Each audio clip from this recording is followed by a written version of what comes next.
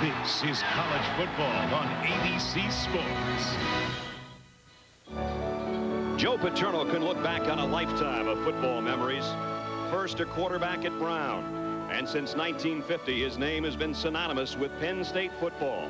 National championships in 1982 and 1986. The 300-win plateau came in 1998, and tonight he can equal the legendary Bear Bryant in career victories. But nothing in that long and illustrious career could prepare him for the closing moments of a game September 23rd of last year. As Adam Taliaferro lay motionless on the field, Paterno and his Charges were devastated. The following week, his emotions overflowed. Adam, if you're out there watching, we're still praying, kid. We're praying for you. The prayers have been answered, and tonight number 43 is again part of the team. Not a fair on three. 1, 2, 3. Not a fair.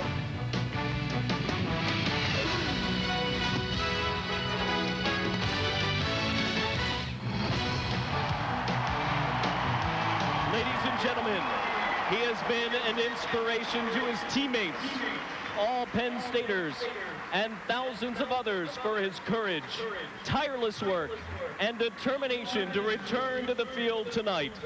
Ladies and gentlemen, please welcome Penn State's number 43, Adam Taliaferro.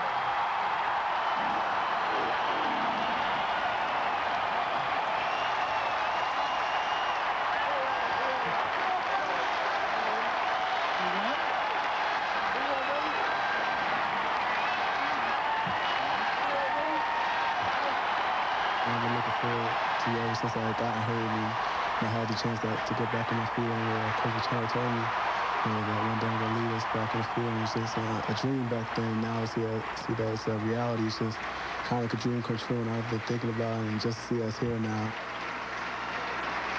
Just, want people to know that, if the odds are stacked against you or people are saying that you can't do it, you never know. If you have enough love, support, family, and people praying for you, you never know you can achieve. And I mean, that's what I want people to know, because the odds against me weren't too good, but thank God and thank people's army I came through it. Penn State has played football for 115 years, and they've had 71 All-Americans, but no Nittany Lion has ever stood taller than number 43 does tonight. A miraculous moment for all of us.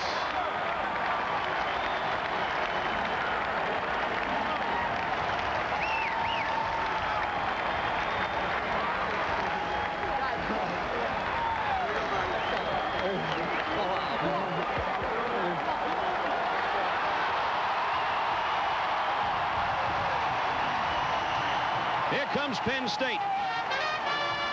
The largest home crowd ever at Beaver Stadium.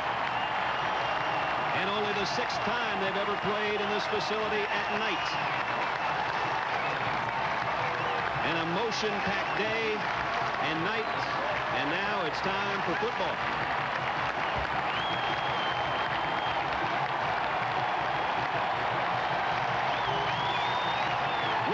Game here tonight. Hi, everybody. I'm Brad Nessler with Bob Greasy. I'm glad that after what happened a year ago, we were here the week after Adam was hurt, and we get to be part of the special moment tonight. But as Joe Paterno tells, hey, don't take anything away from Miami. They're a great football team, and we're here to play ball. And, Joe's been around since they were letting animals off the ark. And here's Larry Coker. First time he's going to put his foot in the water. On the one side of the field, you have a living legend who is doing this for the 36th time, walking the sidelines. On the other side, Larry Coker, his first game as a head coach after 22 years as an assistant. The only thing there is Coker has the better team. He finished second last year, maybe should have played in the championship game. He is ranked second this year, and maybe has a shot at winning a national title. As far as Penn State, they're trying to avoid back-to-back losing seasons for the first time in 70 years. Joe wants to turn it around on quite a night, and we'll have the kickoff after this break, and then John and Terry will check in from New York.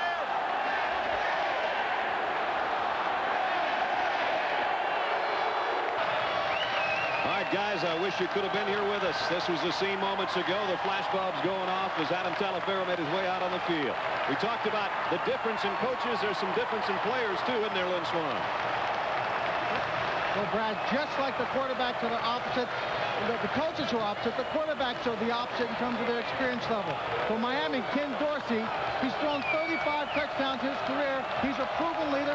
He's a Heisman Trophy candidate. On the opposite side, Matt Seneca for Penn State has only completed 21 passes his entire career. He hasn't started a game since he was a senior in high school 3 years ago. Matt Seneca is going to have to play within himself and not have a lot of mistakes if Penn State is going to have a chance, Brad. All right, Swanee. We're all set. Miami won the toss. They defer. Todd Sievers has got it teed up. Penn State's got Larry Johnson and Eric McCoo back deep in front of almost 107,000 people. We're set for football. Miami comes in with a #2 ranking in the country and the second longest winning streak. And as Bob said, Penn State trying to make amends for only a 5-win campaign last year. Here we go. Larry Johnson right on the goal line. Johnson across the 15. Got to the 20. That's where Penn State will go to work. And there is Matt Seneca, who Swanee was talking about just a few moments ago. 6'3", 228-pounder. Those are his career numbers. First start for him in front of the big hometown crowd. He'll be working from his own 21-yard line. He's a fourth-year junior. He's been around 4 years, has not started a game. This is his first start. So they work from the 21-yard line. Crowd momentarily comes to a hush after using a lot of energy in the first 10 minutes before the kick. Seneca in trouble on the first snap. Going to get something out of this, though. Got a block. Got collared out of bounds after he picked up about 8 yards on the scramble. Offensively for Penn State as they mix it up a little bit on the sideline. Here's the big ones up front. Felder, Ransom, Iorio, Linda, and Matt Schmidt, who's played both left tackle and right tackle and center. He's probably the best one they've got up there. Nick Blosser, a former walkout, as the fullback. Omar Easy will start the game. We'll see a lot of Johnson and McCoo. Drummond and Johnson, the wideouts, and John Gilmore is a big tight end. Eddie Drummond, number 20 there, is the guy that they would like to be their impact receiver. And there he comes out to the near side. 2nd down and 3. Straight up the middle they go. Sean McHugh. Yes, that was an option. Danny Gannon, the offensive coordinator, said a little option will throw in. Here's the front line defensively, and it's a good one. McDougal, Joseph, Walters, and Williams. The linebacking core, as you might guess, for Miami, fast as always. Williams, Vilma, and Chris Campbell. And the secondary might be the best in college football. Buchanan and Rumpf on the corners. Lewis and Reed are the safeties. 3 of those guys are on the Forbes list for the best defensive back in the country, so you know they're pretty good. They're loaded. So first down, Penn State. Johnson in motion across the field. Here comes Omar Easy, making it look that way. Across the 45 to the 46, a 13-yard pickup. Just good blocking up front, the offensive line, and then he gets a block from the outside. Bryant Johnson, number 24, is going to come in and pick up the strong safety right there. Johnson, a wide receiver. The one man that had to make the play, the free safety, did make the play. Back-to-back first downs. 3 plays, all on the run. Omar Easy's numbers from last year. Picked up a first down across the 46-yard line. Here comes a blitz. Seneca stands in and now flushes out of there. Maybe got back to the line of scrimmage. Now he's going to lose about a half yard. William Joseph has got him wrapped up. One of the things that Randy Shannon, the defensive coordinator, knows from the first series is, hey, they've got the option in. Secondly, they're going to throw on first down. Everybody's covered. Great protection. And Seneca just takes it back up the middle. 2nd down at 10. From the 46. Just underway, opening drive for Penn State. And again, they'll go straight up the middle with a fullback. And it's Sean McHugh. Got about a yard, that's it, and that'll bring up a 3rd down and long. That's the second option that the Penn State offense has run in the first 5 or 6 plays, and that There is nothing much yardage-wise, but that sends a message to the defense of the Hurricanes that, hey, you better be careful if you're going to do that blitzing, because if we get around the end and you're sending the safety inside, if we execute it correctly, it could go all the way. They've already run more option than they did all of the other night at practice. 3rd down and 8. And Seneca from the gun with 3 wideouts. Pressure coming. And he's hit as he throws. And it'll bring up a punting situation. Jerome McDougal got there and got his arm, and Seneca's shoving everybody around. On the far side, McDougal is just going to come around the blocker. Both defensive ends, McDougal and Williams, kind of met in the backfield, and both of them had a hand on it. David Royer has had a sprained knee. Darrell Jones, number 1, back to return. He's a dangerous guy. Santana Moss, of course, filled that role sometimes last year, but Jones a good return man as well. High kick, short. Jones trying to clear everybody out of there. It takes a Miami bounce, and it's down by Penn State at about the 32-yard line. So here comes Ken Dorsey. Everybody's preseason All-America lists and all the others, including the Heisman, because of those numbers last year. 25 touchdowns and only 5 interceptions. Interesting, Bob, last year kind of his receivers were leading him around. That's the other way around. Well, and both of his receivers, Santana Moss, Reggie Wayne, were drafted first-round NFL. Now they're gone. Now he has to help bring along some young and inexperienced receivers. Clinton Portis, the tailback in the eye. Play action for Dorsey. Plenty of time, and there it is. First completion out to Darrell Jones. The aforementioned number 1, the wide receiver, makes a catch, a 15-yard pickup and a first down. Here's a Biggins in front of Dorsey, and this list is about as good as you get to. Gonzalez and McKinney, both going to be number 1 picks. Romberg, Haji Razuli, and Bilba up front. Najee Davenport's a huge fullback. Portis the tail. Shockey's a big tight end. Jones and Johnson are the wide receivers. Jones already with a catch. And there's Bryant McKinney, all 6'9", 335 pounds of him. Portis crosses midfield into Penn State territory. Penn State defensively, probably their strength of the team is this group right here. Jones, Adams, Kennedy, and Haynes up front. Jimmy Kennedy is a load at that tackle spot. Ben Fatty, Finney, and Wake, the linebackers.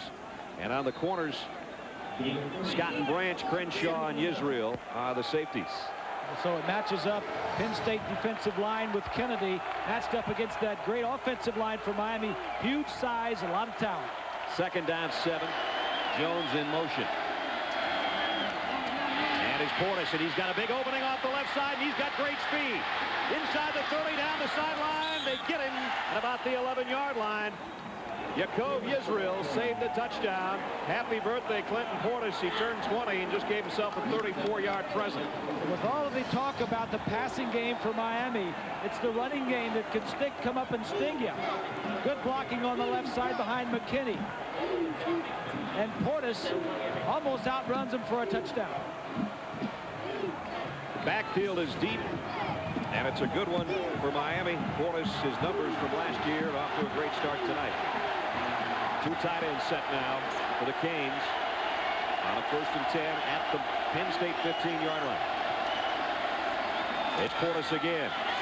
Nice cut to pick up 4. Got a good block from one of his tight ends, Robert Williams, out there. The Hurricanes have already quieted the crowd, haven't they? Exactly what the Hurricanes wanted, and that is come out, score on your first drive, and quiet this crowd. Larry Coker was saying a couple days ago he knew that there was no way that they were going to be able to get the emotion away from Adam Talafero. In fact, he said, if I'm out there on the field, when he comes out, I'm clapping along with everybody else. He said, we're not going to win the tunnel, but maybe we can win the football game. 2nd down and 6. Portis, they just keep working that left side behind that big hoss McKinney, and this time Penn State does a nice job of stretching it out. Dave Benfatti got out there from the linebacker spot to make the stop. 43 yards already with a flag down. Portis 43 yards on the ground, and this penalty's going against Miami.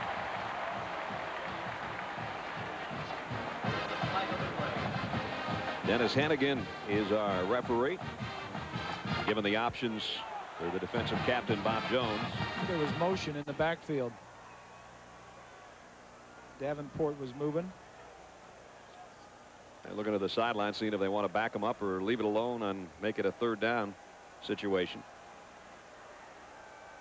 It would be about 2nd and 11 or 3rd and 6, somewhere in that ballpark. Joe's accustomed to making those decisions. Larry Coker spent Holding on the offense. 10-yard penalty from the line of scrimmage. Repeat 2nd down. Going to back them up. Larry Coker has spent the last 22 years in the press box, and so he was saying the other day that, you know, in the scrimmages that they've had down at the Orange Bowl in Miami, he has actually been on the sideline and tried to rehearse making some of the decisions. All right, we got a penalty. All right, we got 3rd down and 3. Do I kick the field goal? So he's trying to get himself ready for this game. 2nd down and 16. Back at the 21. Dorsey, quick drop, 3-step throw, high. Might have been tipped, intended for Ethnic Sands. And it's 3rd down and long, so taking the penalty paid off. Well, and that penalty is a killer down inside the 20-yard line because it backs you up and it almost forces you to throw the football. Larry Coker, former offensive coordinator under Butch Davis, who went on to the head coaching job of the Cleveland Browns. Which I'm sure watching tonight his former troops as he prepares for his NFL season. 3rd down and 16. 3 wide receiver group for Kenny Dorsey. They're going to keep it on the ground. Portis looking for a place to run, but nowhere to hide. Boy, he's collared out there by Derek Toles. It's a conservative call. Say, let's get on the scoreboard first. We got a good field goal kicker. Let's come in and get 3 out of this drive.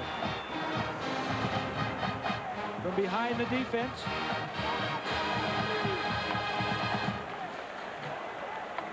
Bibla, the offensive guard, the right guard, pulling around. Just nothing there. Good defense. Kick the field goal. Todd Severs was 11 out of 16 last year. Going to try a 35-yarder. So Miami gets something out of the drive. The penalty hurt them, but they still end up with 3 with 9:30 to go first quarter. Canes on the board, the number 2 team in the country with a field goal.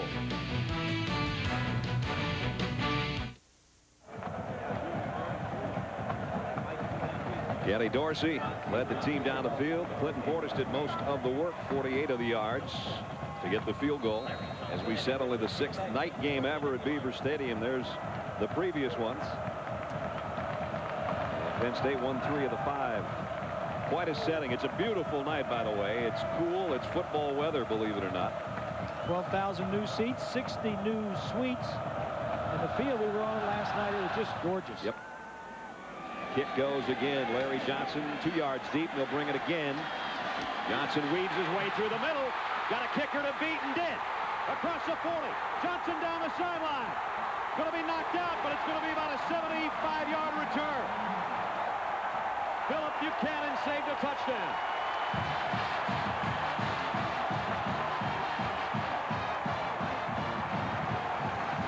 Larry Johnson is special. He's one of the running backs, one of the 3 running backs. Miami is so good on kickoff coverage of getting down inside the 20 so quickly. But Johnson just let him come down and then found an opening and just got down the sideline. And if Buchanan, the starting corner, wasn't there, had been at 6 points the other way. Doesn't look like a guy. There's his dad, Larry Johnson. Doesn't look like a guy that had a bad hamstring, did he? He didn't practice till about 4 days ago. And went 69 yards officially down to the 31-yard line. Seneca, plenty of time. Going to the end zone. Johnson tipped away. What a great play, because Brian Johnson had a step, and at the last instant, Mike Rump put a hand up there. That one looked like it was going to be a touchdown. Good call. First down. Fran Ganner, the offensive coordinator, throwing into the end zone, and this ball could have been caught. Johnson would have come back for it a little bit. Brian Johnson, 6'2". If he would have come back and went up for it, he could have made a play on it. I thought Rump had swatted it a little bit, but I don't think he did. Johnson just took his eye off it for a moment, enough to force a 2nd and 10. Here they come. Blitz coming. Oh, and a fumble. Loose ball. Miami's got it. Miami is a very aggressive defense. James Lewis with the fumble recovery.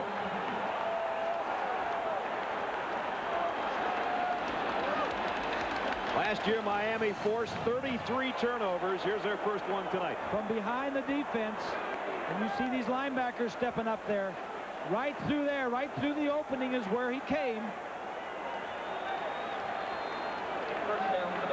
That's what happens when you're aggressive and you blitz. Those are the things you had hoped for.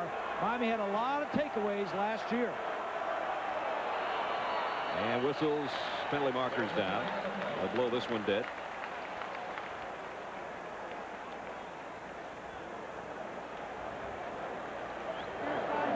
Prior to the snap, ball start, offense, 5-yard penalty, no first down. So another penalty on Larry Coker's offense. Second one tonight. And that'll back them up inside their own 40. There's James Lewis, who got the fumble recovery. He had a couple of 5 tackles and a sack against Penn State 2 years ago. These two teams got together.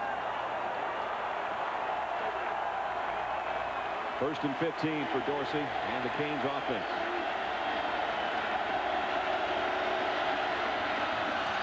The throw out to the tight end. Across the 45 to the 46, Jeremy Shockey, pickup of 9. Shockey is an interesting story. He's a junior college, came over, played for Miami last year, made all-conference, didn't start a game. Caught 21 passes, was voted all-conference by the coaches in the Big East, and that's showing a little respect. When you don't start and you're still all Big East, that's pretty good, isn't it? He's a big target. 2nd down and a long 6. Just inside the 46 for Miami. And motion, Najee Davenport again came out of his stance. He was guilty once earlier. And he took off on the long count again. So just when the Canes get something going, the flags fly and they go the other way. 3rd penalty on their offense. Ball start, offense, 5-yard penalty, remain 2nd down. Well, Miami is used to being penalized, and Coker knows that they were the most penalized team in the Big East the last 2 years. But you don't like those penalties on offense, especially the motion penalties, because those will stop a drive, and the holding penalties. Momentum killers. I can't think of any good penalty on offense. 2nd down and 11. 3 wideouts now for Dorsey. Plenty of time. He goes across the midfield stripe again to Shockey. And it'll be close to the 1st down. Well, Shockey is the leading receiver of all the guys that are coming back this year after you take away the 2 receivers that graduated. So Shockey, you would think, would be his like a security blanket. Tight end, get open, get downfield. That ball was thrown behind him, and Shockey just kind of slid to catch the football. There's the returning receiver numbers, and there's what Bob was talking about. Shockey with 21 catches and 3 touchdowns last year. Those other guys at the top there are all wide receivers.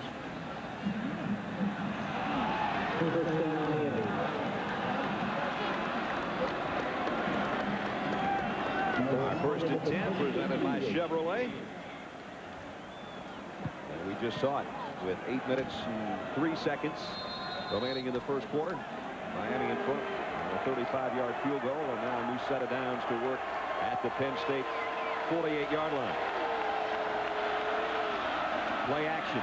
Dorsey, deep middle, Shockey in and out of his hands. Incomplete. And again, he had his man beat back there. That pass had a little bit too much on it. Yeah, and he knows he should have had it. Shockey's reaction is that it was a good throw, and I could have caught this one down the middle. Here's Shockey here. Watch him as he's going to come straight down the middle. No free safety. Israel 15 goes the other way. Threw it a little high, but that's one you should have come down with. 2nd down at 10.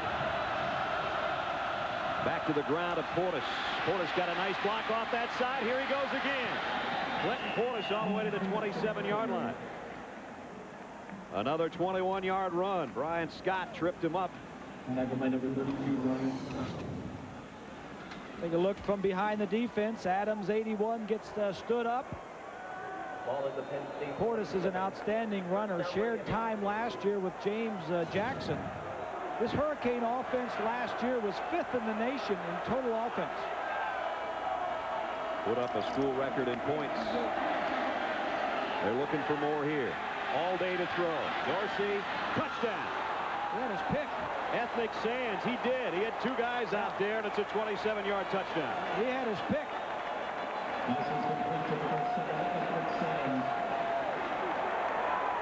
F. Big Sands was a quarterback last year backing up Ken Dorsey. Moved back to wide receiver. And at Carroll City High School in Miami, he led those Carroll City High School team to 2 state championships. As a quarterback. Yeah. Severs in for the point after. Good looking drive by the Canes. It was 7 minutes and 23 seconds remaining in the first quarter. They're in the end zone for the first time this year. Courtesy of Dorsey to Sands. 27 yards. It's 10-0 Miami.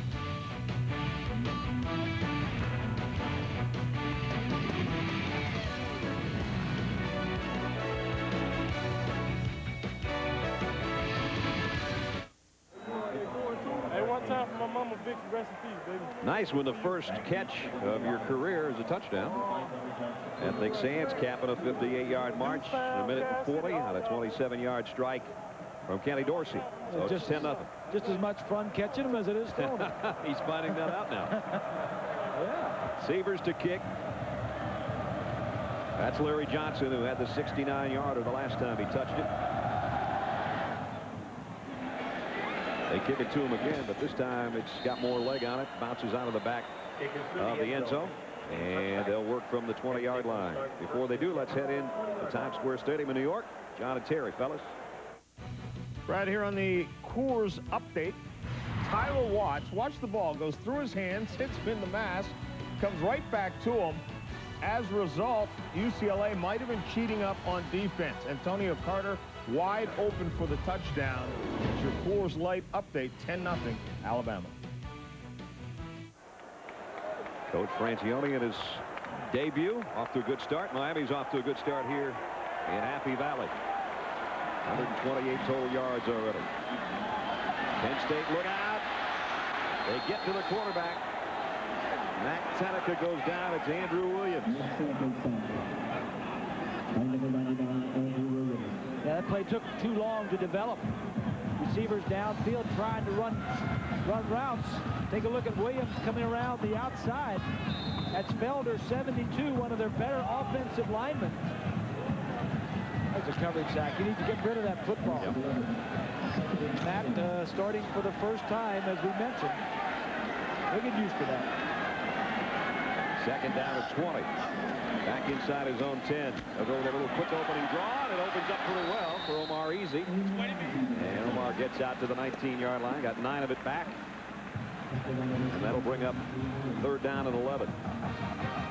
The Hurricanes will attack you. They're an aggressive attacking defense. They like to blitz. In fact, in the first 8 plays, they had 2 blitzes. That's 25% of the time.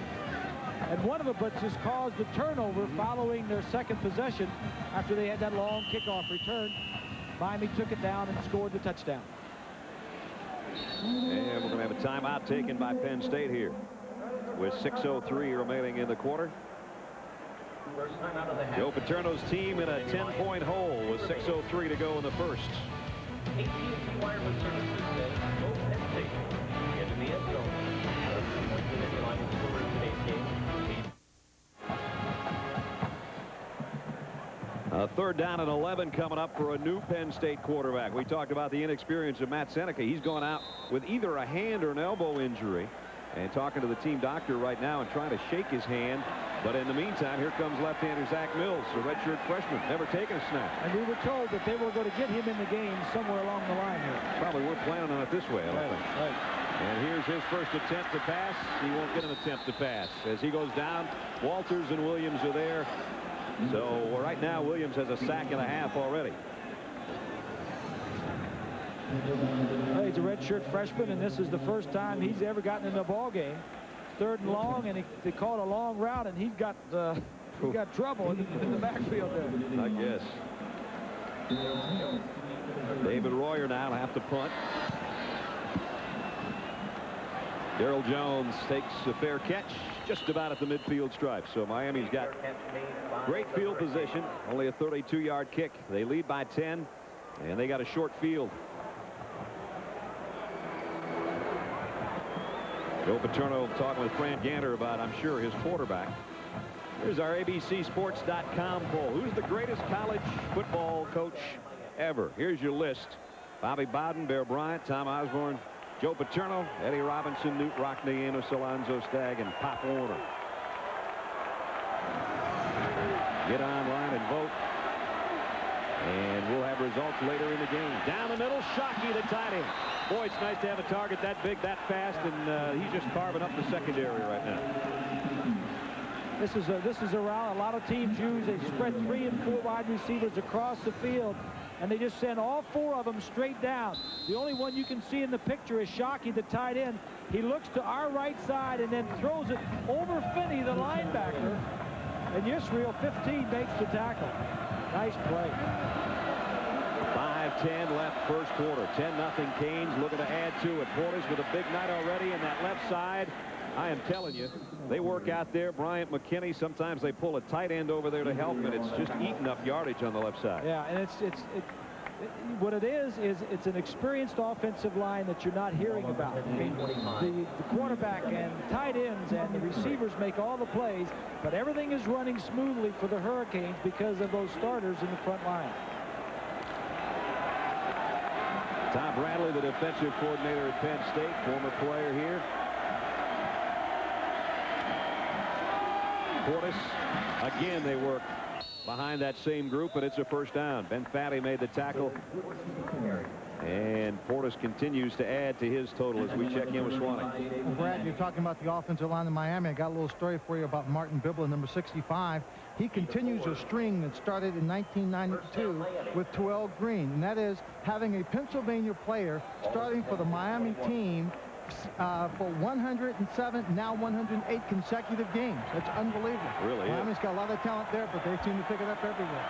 He's from Mountaintop, Pennsylvania.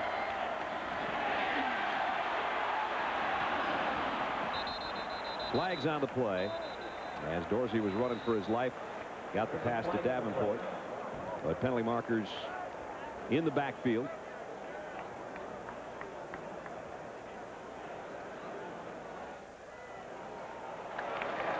Fourth penalty on the offense now of Miami. Illegal procedure. Second or third procedure penalty that could have been called.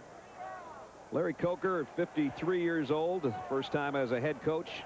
He said the good thing, if we win, you know, it's going to be Butch's team that we won with. If we lose, it'll be my fault, but I really don't care at my age who gets the credit. That's right. Yeah. We're talking about Joe Paterno being one victory away from Bear Bryant, and Larry says, I'm chasing Bear too, but I don't think I'll live long enough to get there. Formation on the offense. Only 6 players on the line of scrimmage. 5-yard penalty. Repeat first down. Got to have 7 up there. Somebody didn't step into their spot, and so the penalty takes it back to the 26-yard line. Joe's been a fixture here for over 50 years. They're coming in. Rip Engel brought him in. Well, he's a dinosaur too. He and Bowden, these coaches won't be hanging around these schools like they have the last 15, 20, 25 years. Dorsey, handoff, draw play to Portis. Portis weaving his way again, then puts his head down and plows to about the 12-yard line as we check in with John Saunders again. John? Brad, last year, Joey Harrington had 3 interceptions against Wisconsin, already picked off once in this game, but this time he hooks up with a guy wearing the right color jersey, Justin Peel, 23 yards of the touchdown. Oregon up by 10. Brad. And here, same story, only Miami up by 10. And again, penalty markers on the Miami offense. Here's a call. After the play was over, personal foul on the offense, 15-yard penalty for the end of the play. It will be second down. Ethnic Sands is the guy that the head coach was talking to, so I guess he's the guilty party. Man, these penalties are killing them. Yeah, and they've overcome them in the past. And but when you're in a tight game or at near the end of the ball game, they don't bother you so much at the beginning because you have time to overcome them. But near the end of the game, in a crucial situation, you just can't have it. So they're backed up to the 28-yard line. Again, the quick opener. Portis is one busy back. Got inside the 25. ABC Sports presentation of college football brought to you by Chevrolet. If only everything was as dependable as a Chevy. Chevy will be there. Powerade, Goodyear, and the Olive Garden. When you're here, you're family. Brad Nessler, Bob Greasy, Lynn Swan, and our ABC crew in Happy Valley, where Penn State is down at home 10-0 to the second-ranked team in the land, the Hurricanes of Miami. 3rd down and 13. Dorsey, the drop over the middle, incomplete, overshot his intended receiver, Darrell Jones, too high on the slant.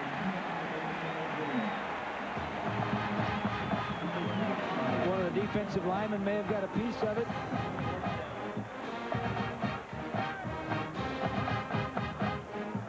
Tried to throw it around Jimmy Kennedy, and that's not easy. Yeah. You better get a bus pass to get something around Jimmy. So it's going to be a long field goal attempt, 42-yarder. For Todd Sievers.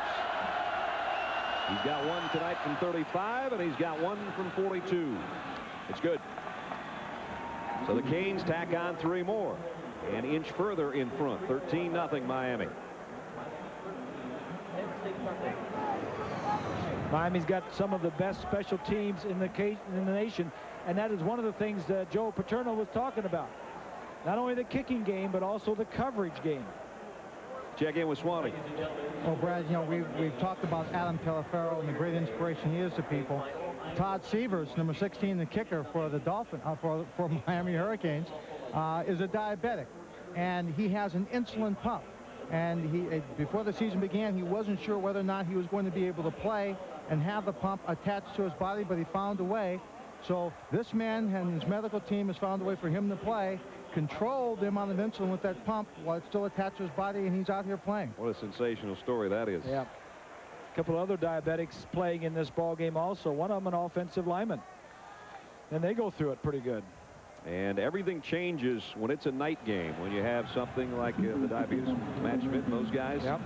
It changes your whole day. They have to be monitored very closely because it's not a normal routine of a noon kickoff or 3:30 when it's 8 o'clock at night. Everything you eat, everything you do has got to be a little bit different. The good thing is it's not real hot. In fact, later on the night, it's supposed to get down into the mid to high 40s. I couldn't believe when you told me that. I said, we are in football season, I guess. The kick. Larry Johnson, 3 yards deep. He says, you know what? I got a chance on the last one. We'll try it again. But he only gets out to the 19-yard line. So the offense, let's see who's going to come out at quarterback. Again, Matt Seneca hurt his right hand in that last series, so Zach Mills will be the man. Our Pacific Live game summary so far. Dorsey's had a nice start. Portis with 94 yards. Seneca's out with an injury and only 14 yards of offense for Penn State so far. So here's the redshirt freshman now running the show. Omar easy into the secondary, out to the 31, a 12-yard run for Omar.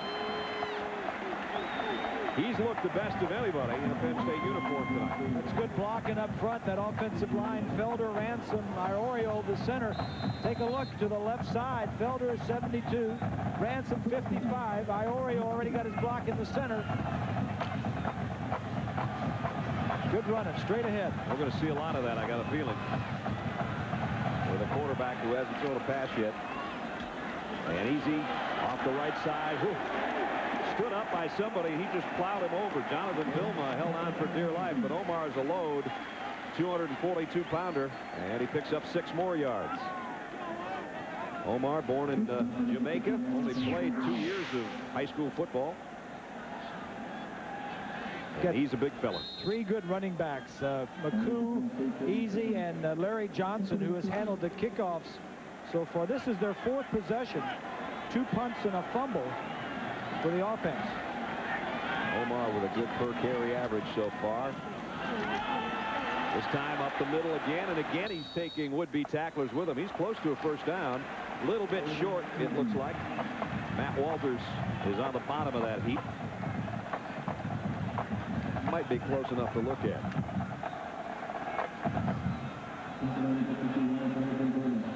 Walters, one of those big plugs on the inside, a junior out of Melbourne, Florida.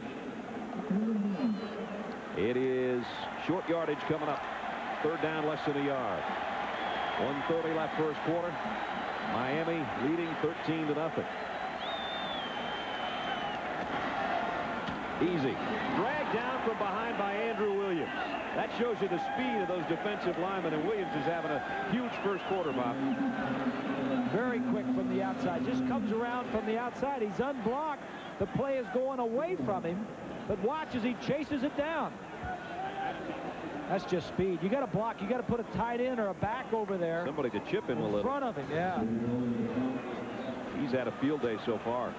Sack and a half and a tackle for loss. That's his first game with the Hurricanes. He's a junior college player that just came in.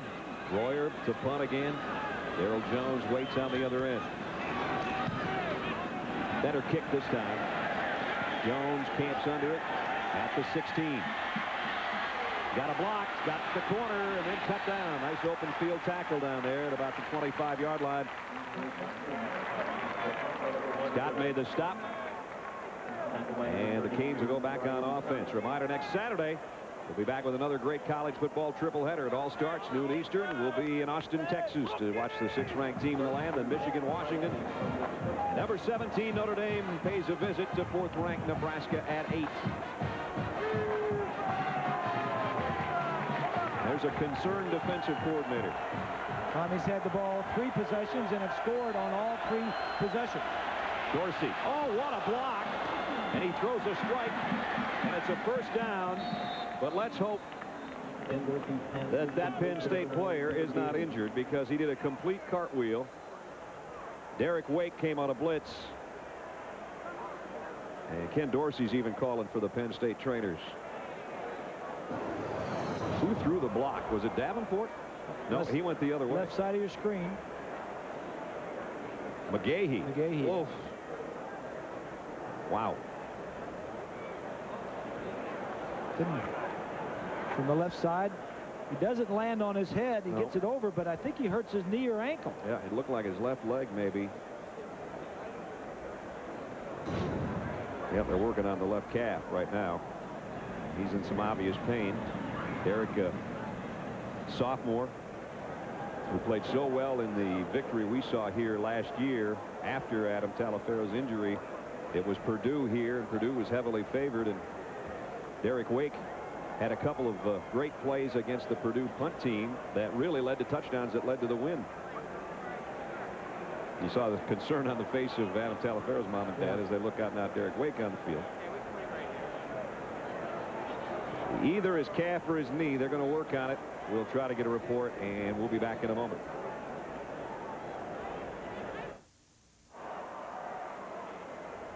Derek Wake went off under some help from his friends, but another look at what led to that, and he went airborne trying to get to the quarterback, and the block was clean and low, and he did a complete cartwheel, came down, and that left calf and knee really banged the turf pretty hard as Dorsey pump fakes one way and throws a shot down the middle, complete down to the 25-yard line to Andre Johnson. Go ahead, Brad. I'm just saying, very similar to the things they've been hitting all day long, and that is straight down the field. Tight end was going straight down the field, and this time Johnson on the other side. You see, he looks right, pumps to the right side to Shockey, who's been catching all the balls, and throws to Johnson, who's cleaning the seam down the other side. More seams out there than an old pair of blue jeans. Nice job of Rob Chajinski in his first game as offensive coordinator. Here's a look at our 1st and 10 presented by Chevrolet. You see they have to get down to about the 14-yard line, but they're going to do that in the next quarter, or try to. 222 yards of first quarter offense by the Canes, and they own the first quarter. You take away a couple penalties, it could be worse. At the end of the first quarter, it's the Miami Hurricanes leading the Nittany Lions of Penn State by 13. ABC Sports presentation of college football will continue after this message and a word from our ABC stations.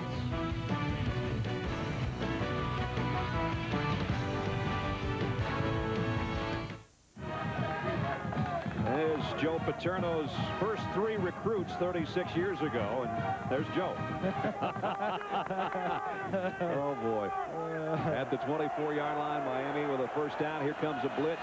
The give inside to McGahee. And he got about a yard. John Bronson made the stop. The second defensive line's in there right now for a good portion for Penn State. Yeah. Dorsey in the first quarter, 7 of 10, 128 yards, and a touchdown. He threw to 5 different receivers. He's got Sands and Jones out to the right side here on a 2nd and 9. And now he's changing things up.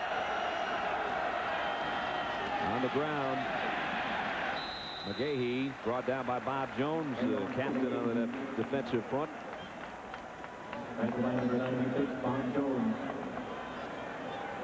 I don't think any portion of Penn State's offense, defense, special teams were up to par last year where they were 5 and 7.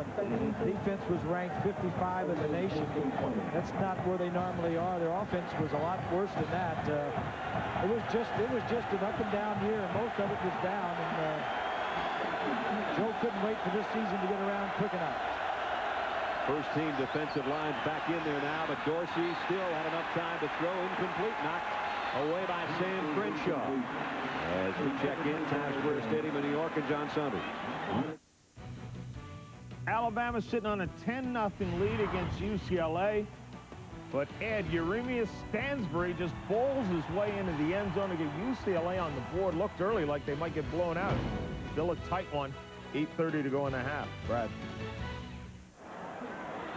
John here, Miami trying to tack on 3 more. 37-yard field goal attempt for Severs. He's hit from 35 and 42. And he hit the upright. He's living right. Goes in. So Severs with 3 field goals already. Laughing about that one as he kissed the right upright, skipped it through, and the Canes go further in front. 13:39 to go in the half. Miami by 16.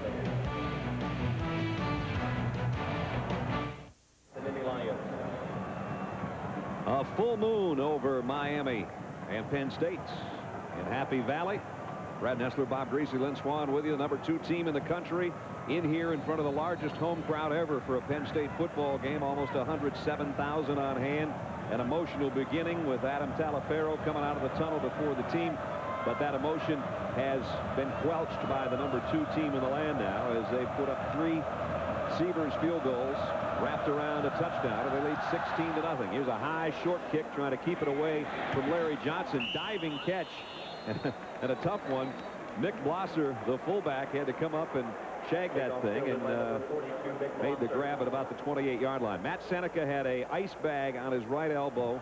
It's a policy of both Penn State and Miami not to give out injury information, but from what we can tell, it's a bruised elbow, a possible return for him. In the meantime, Zach Mills, the redshirt freshman left-hander's in at quarterback. Matt's warming up like he wants to come back in and take another crack at it. Meanwhile, the pressure's on number 7 here from the 28-yard line. There's his first pass, and it wasn't too pretty. Nick Blosser is the intended receiver. Lynn. Brad, I'm with Adam Talaferro. Adam, we know it was a very emotional moment for you. Can you tell us what was going through your mind as you walked onto that field? It was just, I guess, a magical moment. I mean, I never thought it would be like this. It's just a dream come true to be able to be out here today. What's the most important message you have for people in your position?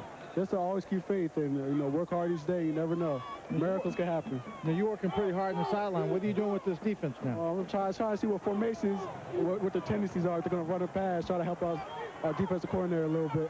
Okay, Adam, thank you. Thanks a lot. Boy, that smile was remarkable, as has his recovery been. Still a long way to go for Adam, of course. But I'm telling you, between 11 months ago and today, it's, as he said, a magical moment. And we've seen his folks in the crowd, and they've been such a big part of it, and all the doctors at Ohio State that helped him so much, and then all the folks at the McGee Center that helped him with his rehab. He signed in one of the books there, Miracle in the Making. It's a great book. I'm not a big book reader. I read the whole thing the other day. That's an inspiration for anybody, whether you've had troubles like that or not, I'm telling you. Bill's going deep. Incomplete, double coverage out there on the intended receiver. And there's the miracle in the making, the Adam Talaferro story.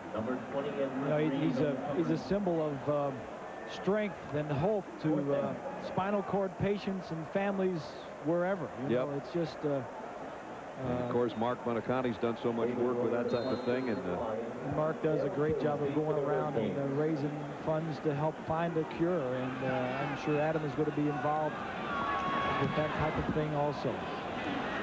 Here's a punt and taken. No fair catch call. Of a gutty move by Darrell Jones. 34-yard kick and a short return. And let's go back down to Lynn for a second. Well, Brad, you see here in the book it says to Danny Carter, keep the faith from Adam. And Bob, I think you could finish the rest of this story as you asked me to get this autograph for this young man. Yeah, Danny Carter is a Tennessee high school football player who had a spinal cord injury. With the spinal cord was not severed. It was just bruised a little bit, and some of the feeling is coming back. He's at the Shepherd Center down in Atlanta, and we'll take this book and give it to him from Adam. Danny, if you're watching, we're in your corner, as everybody is, and we're praying for you as well, and hopefully things will improve for you. 7-yard pickup for McGahee, as spot duty for him tonight, with Clinton Portis running roughshod over the Penn State defense in the first quarter. And McGahee getting his call now. Dorsey, 1 touchdown pass, almost perfect first quarter for him. Really, you take away the penalties, and who knows what this game might be, because 233 yards already for the Canes, and there's about 4 more. Well, they've scored. Close to a first down. Miami has scored on every possession, 3 field goals and a touchdown. Time for our Aflac trivia question. And tonight's, what team does Joe Paterno have the most victories over? I do not know that one. They've been in the Big Ten for, what, 8 years? Yep. So it probably wouldn't be a Big Ten school. No, I'd say maybe one of their rivals from somewhere around this part of the country. We'll get the answer for you a little bit later on. 1st and 10 here for Miami, right at the midfield stripe, leading by 16. Dorsey. Down the middle again he goes. Inside the 30 is Andre Johnson. And they're just picking it apart with that pass, both sides.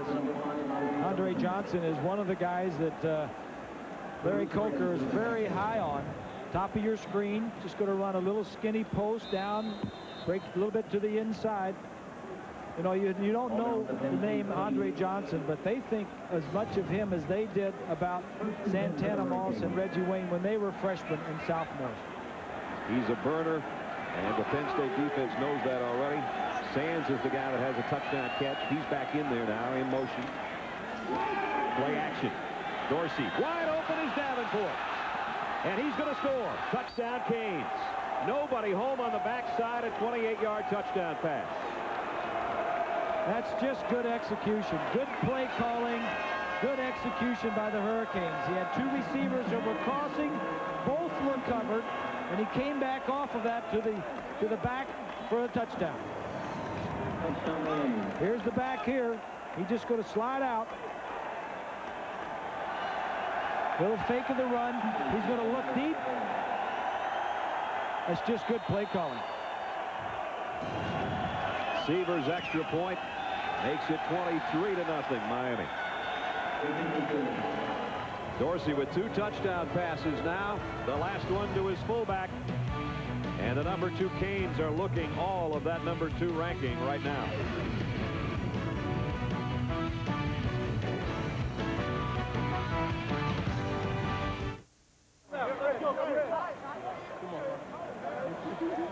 Najee Davenport with the 28-yard touchdown catch, capping a 61-yard march, only a minute 28 seconds. Miami has scored every time they've had it. Field goals and now 2 touchdowns. And you know, they're making it look easy too. Yeah, they are. They're running the ball when they want to run it. They're throwing. The only thing that they have not looked good offensively is some of the penalties, as you mentioned. So Severs has been a busy kicker. And Larry Johnson and Eric McCoo are back waiting on number 16's boot again.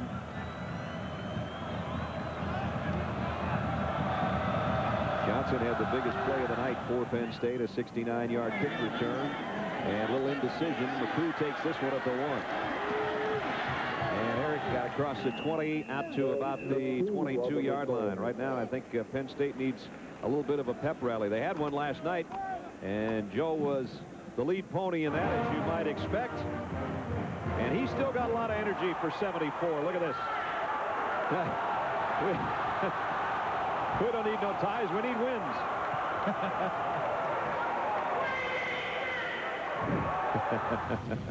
Oh, he's something. 322 career victories, but not liking what he's seeing right now. Matt Seneca's back in at quarterback. And again, they'll do the option, but the option is the fullback, Sean McHugh, and he got a short gain as we check in at Times Square Stadium and John Saunders. Brad, Oregon looked like they might run away and hide early in this game, but Wisconsin has their offense going now. Jim Sorgi to Nick Davis, 18 yards for the touchdown, and they are now only down a field goal at 10-7. Brad. Wisconsin got a gutty win last week over Virginia after Brooks Bollinger, their quarterback, got hurt and isn't playing tonight, but Sorgi's doing a nice job. He did a nice job filling in for him last year, too, when there were some injury problems. Harrington's the best quarterback we haven't heard about. And that pass incomplete. Seneca's first throw since he banged his elbow. And it's nowhere near the intended receiver. It'll bring up second down and long. Our Aflac trivia question we asked you a little while ago. What team does Joe Paterno have the most wins against? As Bob said, probably not a Big Ten team. They haven't been in it long enough. Who is it? West Virginia. I was going to guess Pittsburgh. West Virginia, 25. West Virginia took it on the kisser by Boston College today. The game we had earlier for most of you here on ABC. As Boston College looked good once they got their offense in gear. Didn't they, though? Yep. Third down and 8. Penn State hoping to get theirs on track here. Seneca under pressure. That's not going to help the elbow. Jamal Green got him from the backside. Second sack. And it brings out the punting unit. Green's had a problem. A foot problem. Seneca back looking to throw. Green just runs around Felder from the outside. You got to step up in that pocket. David Royer again to punt, this time near his own goal line. See if Miami puts some heat on it. They do up the middle, and they got close. Jones from the 46. And dances his way across the 50 and then gives up some ground. But Miami again is winning the battle of field position big time, and they're winning the war too. It's 23-0. Reminder, ABC's regular season premiere, Monday Night Football, the NFC champion New York Giants will be taking on the Denver Broncos in their brand new stadium next Monday night, live 9 Eastern, 6 Pacific on ABC. And Ryan kind of opened up that stadium in the preseason with a pretty good night the other night. Yes, he did. And he took the night off the other night, though. Friday night. That's okay. He had 3 touchdown passes that first time. They get paid that preseason. Dorsey's got a man open. Undershot him because he took a hit as he was letting go of the ball. Anthony Adams got to him, and he gives Anthony a tap on the helmet. A little sportsmanship there. Oklahoma took him a while to get rolling. Fisher DeBerry's troops were ready early, and then they got things going. Troy State gave Nebraska some early trouble, but the Huskers a winner. Florida State, Duke had a lead at one time, didn't stay there, did it? 55-13. We'll look at some of the other top 20 teams. We'll be in Texas next week for the 6th-ranked Longhorns. John just showed me the update on Wisconsin and Oregon. And here it's 23-0, the number 2 team in the country. McGahee crossed the 45, got 5. Bob Jones made the tackle. And as Bob Greasy said, it's on the ground, it's through the air, it's about whatever they want to choose to do right now. And they're rolling, and they've got a new offensive coordinator. The offensive coordinator, Larry Coker, moved to a new position, the head coach. He seems to be doing all right. They have a new defensive coordinator in Randy Shannon. The defense seems to be doing all right. A lot of movement, not in the players so much, but in the coaching staff, and all factions seem to be doing very well. Larry Coker said we maybe know our players better than we know each other. Here's McGahee on a 3rd and 5, and they still haven't picked up a 3rd down. Bruce Branch came up from the corner to make the stop. And as you look up the booth, McCain's Brain Trust. Coordinators are on the 2 ends. Shadzinski on the left, Shannon on the right. So finally, Miami's got to give it up. First punt of the night. Number 1, Bruce Branch. Freddie Capshaw set to kick away. Bruce Branch is waiting on the other end.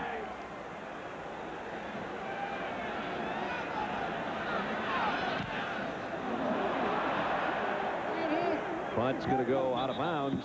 Pretty good looking kick. That's what his plan was to do. And they'll spot it at about the 12-yard line. That's where Penn State will have to work when we return. Nittany Lions trailing by 23. They'll be on offense when we come back.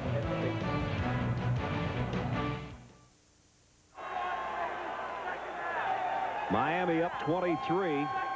Our Pac Live game summary. This is the way they got there. The only bright spot really for Penn State was Larry Johnson's 69-yard kickoff return. The problem is they fumbled subsequently on that drive, gave it back to the Canes, and they took advantage. Ethnic Sands on the end of Ken Dorsey's first touchdown pass, and then a wide open Ajay Davenport down the sideline for another touchdown.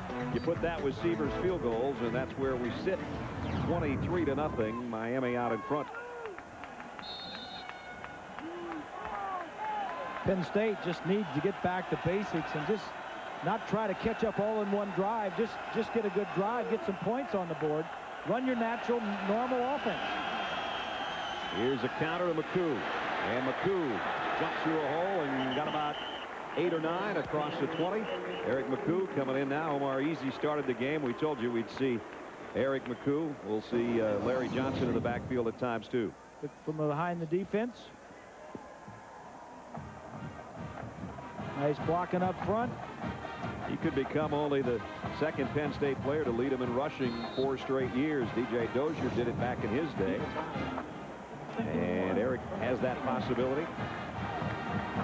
He got 9 on that first carry. So second down, a long yard. They'll give it to him again. He's going to have to fight for this one. Got back to the line of scrimmage. That's it. Vince Wilfork is there to make the stop.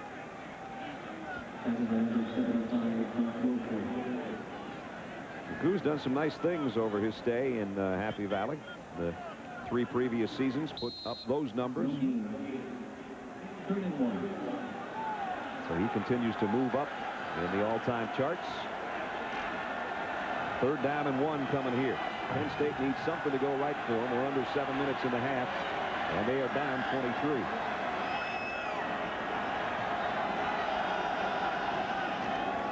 Option. There's the pitch to McCoo. And I don't know. Might have gotten there. It's a nice play by Edward Reed. Come up from his safety position to make that tackle almost in the backfield near the line of scrimmage. I think he got it. He did. Coming at you. Reed's going to come up right there, number 20, and make the play. Just got enough for a first down. You believe that's the first 3rd down conversion we've had by either team tonight? In the game, yeah. Frank Ganner there on the left, the offensive coordinator, next to Coach Paterno. New fullback in is Paul Jefferson. He's in front of McCoo. And here's the toss to Eric, trying the left side. Miami's just so fast when you run plays wide. There's going to be a group of guys there to meet you. You run east and west, and those linebackers who used to be defensive backs, they grew up and they just kept those numbers, and they run from side to side very well. But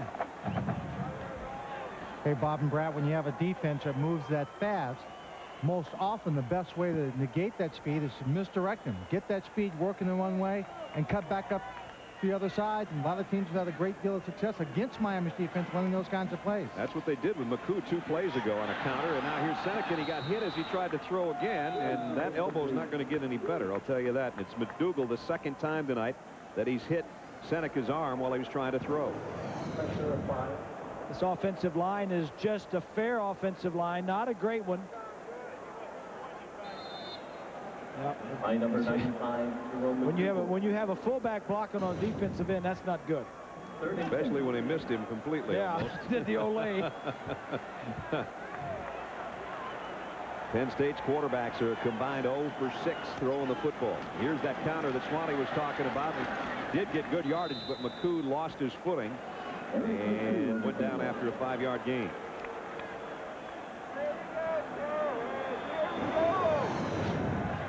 You look at the pit. 75 is Wilfork. It's a nice hole in the middle of that line. Closes up pretty quickly. Forces another punting situation. David Royer again to kick.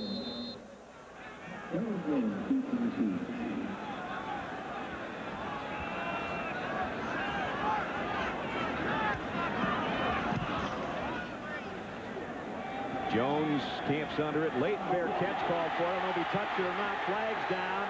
Penn State says they have it. They might get it. I thought he touched it, but I'm not positive. I think the flag is a late illegal fair catch signal. We haven't. Who are they giving the ball to?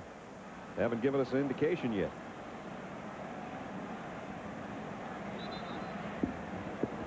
Whoa. Calling a penalty against Penn State. I think they're calling it. Unless he was. They're saying interference with the catch. Well, I didn't think there was anyone near him. They flew by him. Tony Johnson was one of the first guys down there. And it's the one time that our referee's mic did not work, or he didn't turn it on, so we don't get the explanation we're looking for. In the meantime, the Miami offense will come back out. We'll take another look at it here.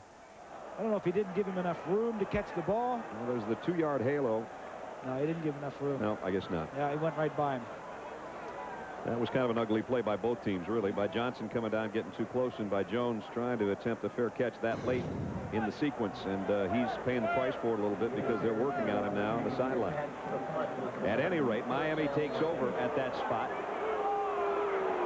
just inside its own 43-yard line. Here's Portis back in the lineup. Boy, he get nailed by Anthony Adams. Making the stop. Actually lost some yardage. ABC Sports presentation of college football brought to you by Verizon Wireless. Join in. Circuit City, we know how you feel. That's why we're here. Circuit City, we're with you. And Original Coors. Nothing beats an original.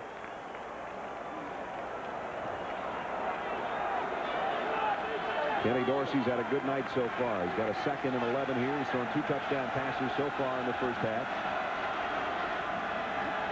Play action goes complete. Across the 45 to his tight end again. And Jeremy Shockey's got about 5 more yards.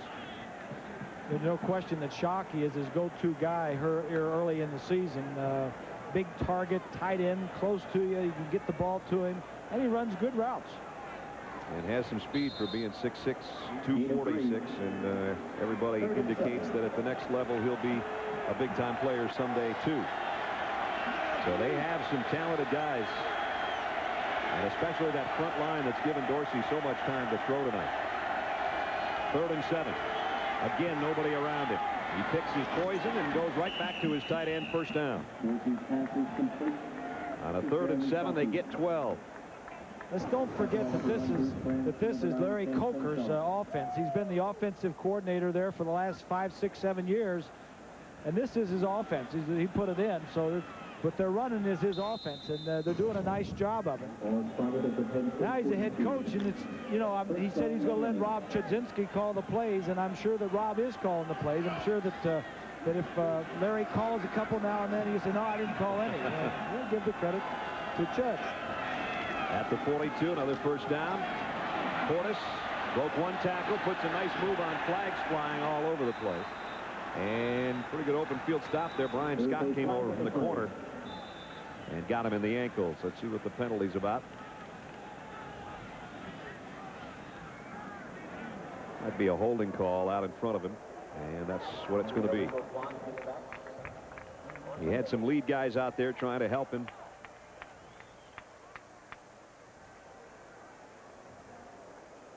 So this is going to walk it back near midfield.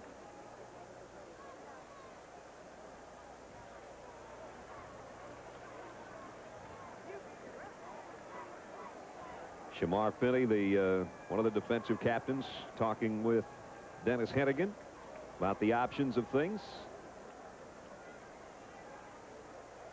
Illegal block in the back if you're a good lip reader.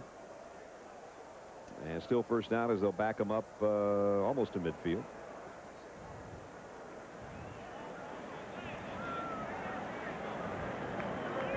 So that'll bring it a first down and not quite 20.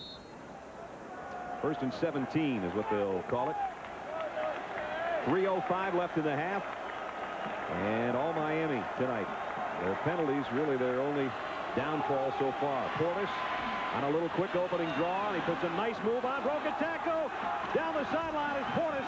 Big collision at the 18-yard line, but he's got another big run, 31 more yards, and he's over 100, well over 127 already in the first half. Take a look at the offensive line. McKinney 78, Gonzalez 73, just takes his man all the way across. Bibla and Haji Razuli is in there. Romberg the center, and then he kind of dishes it out right there at Yeah, the he end. did. Yeah. Run that far and then put a hat on somebody on the other side. But it's that offensive line that stays with their blocks, and then the ability of the running backs. This Miami has the whole package. They sure look like it right now. Here's McGahee, who took his spot, and he almost opened it up all the way to the end zone. They drag him down at the 10-yard line. Yeah, they've got another guy, a third guy that we haven't seen yet, Frank Gore, a true freshman out of Coral Gables, that Coker says he really likes. McGahee was, geez, nice to run through holes like that, huh? Yes, so. That thing was gaping. And it's the 7th play of this drive coming up. Here's what they've done in the red zone tonight. Both their touchdowns came from outside of 20 yards. Nice play fake by Dorsey. Wide open is Shockey. One man to beat. Got there. Touchdown.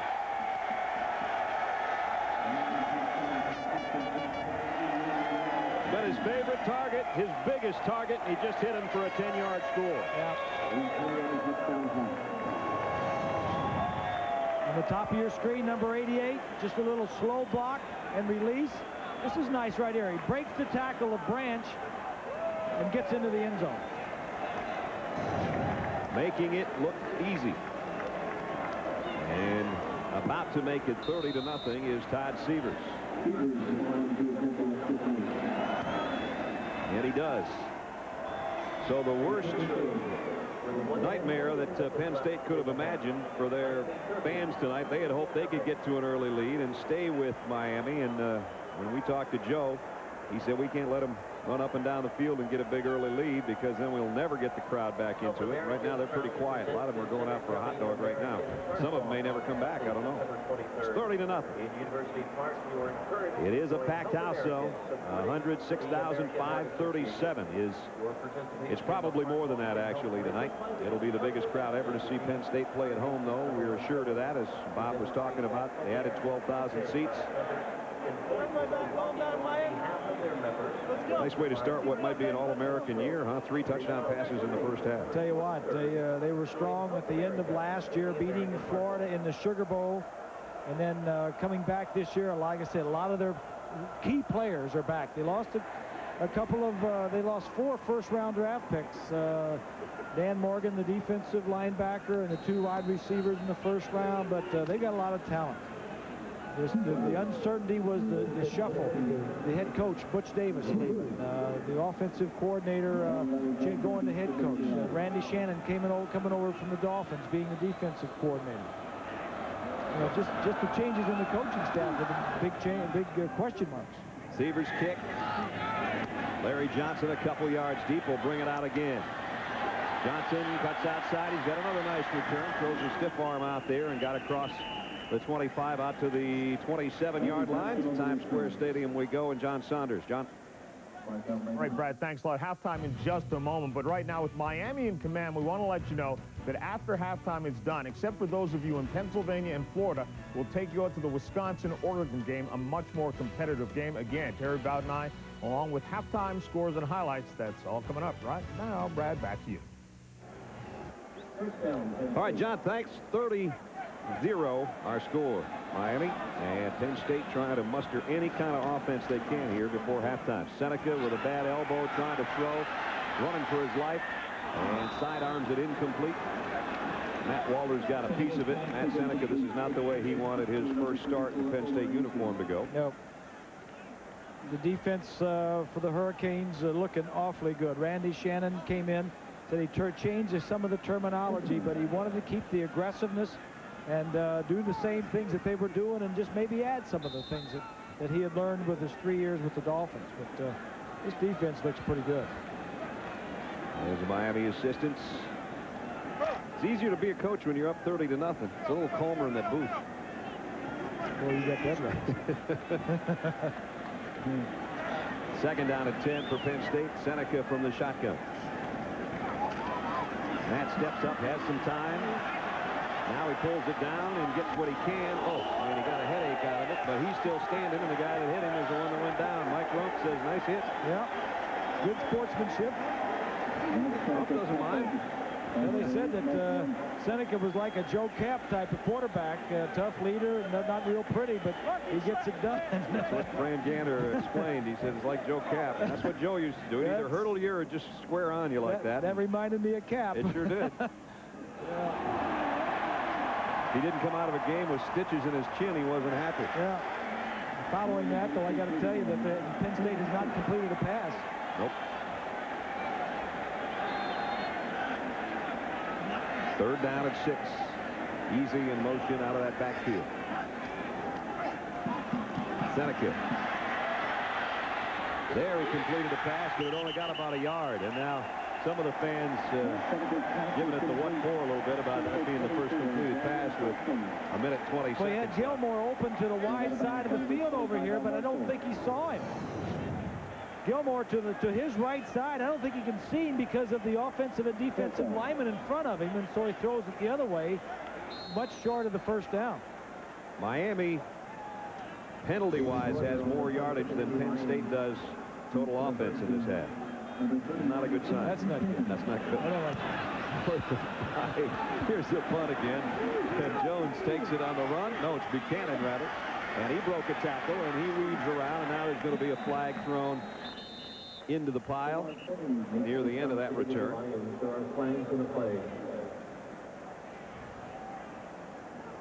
Might have been a holding call on the Canes, trying to give their punt returner some room to work.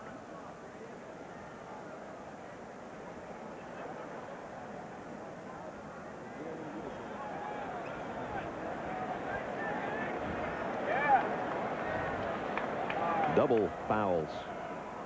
One each way. That's why the big committee meeting. Coming up in about a minute and 9 seconds at halftime. Down the lane halftime show. John and Terry will have all the scores and highlights from college football today from around the country from Times Square Stadium in New York. And it was a busy day.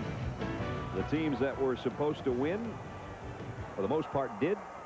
And some of them took a long time to get started, but no big surprises.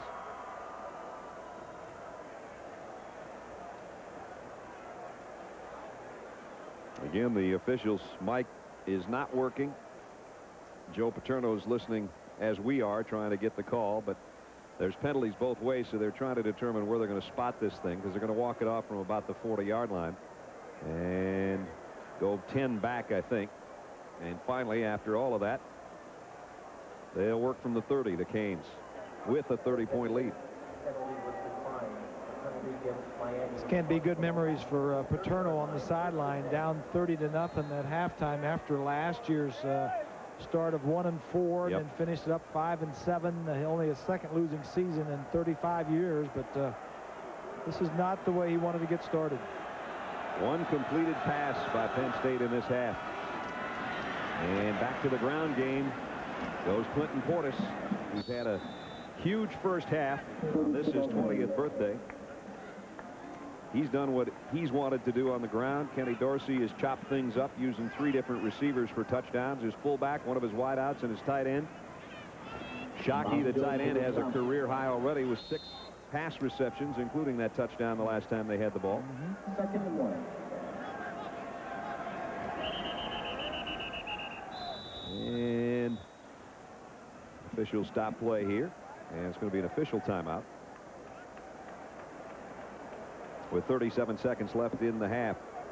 I wonder if Larry Coker ever envisioned one of the most difficult decisions that he'd have to make in this game is when to pull his starters or when to take out his #1 guys. That's a good point. In the first half. Sure a nice luxury to have a big lead in your first game as head coach. Now the officials are going to bring out the chains. That's apparently, it was going to be second down, we thought, and short yardage, and now they decided to look at it. And second down and about an inch. So there's 4 minutes of all of our lives we'll never get back, and it's still second down and short.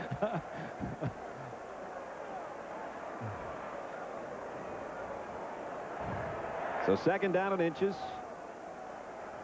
There's another 30 that comes into the equation.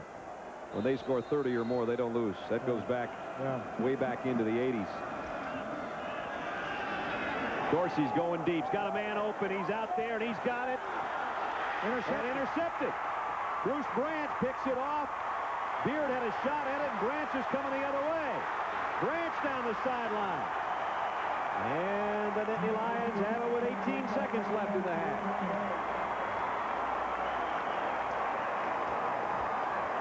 Got to give Bruce Branch credit for sticking with it. Well, they are getting beat.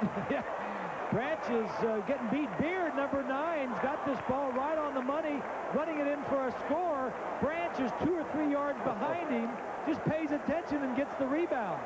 What a crazy looking play. You don't charge that interception to the quarterback. No, that's for sure. Charge it to Beard. And Branch with a nice 32-yard return. He knows what to do when he gets his hands on the ball. He's Penn State's career punt return leader as far as number of punt returns. Played 2 years of wide receiver here, too. In the last 2 years, he's played at defensive back. What if that could lead to something positive here with 18 seconds to go? That would be a huge play. Otherwise, it's just a blot on Kenny Dorsey's record that, as Bob said, shouldn't belong there. Seneca to throw. Fires. One hops it.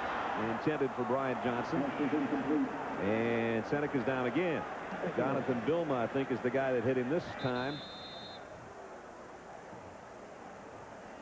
And Matt Seneca from Allentown, Pennsylvania, the junior, making his first start and having a rough first 2 quarters. Let's look at the end of the play. I was watching the intended receiver, didn't see the, oh man, yep, that's a big one.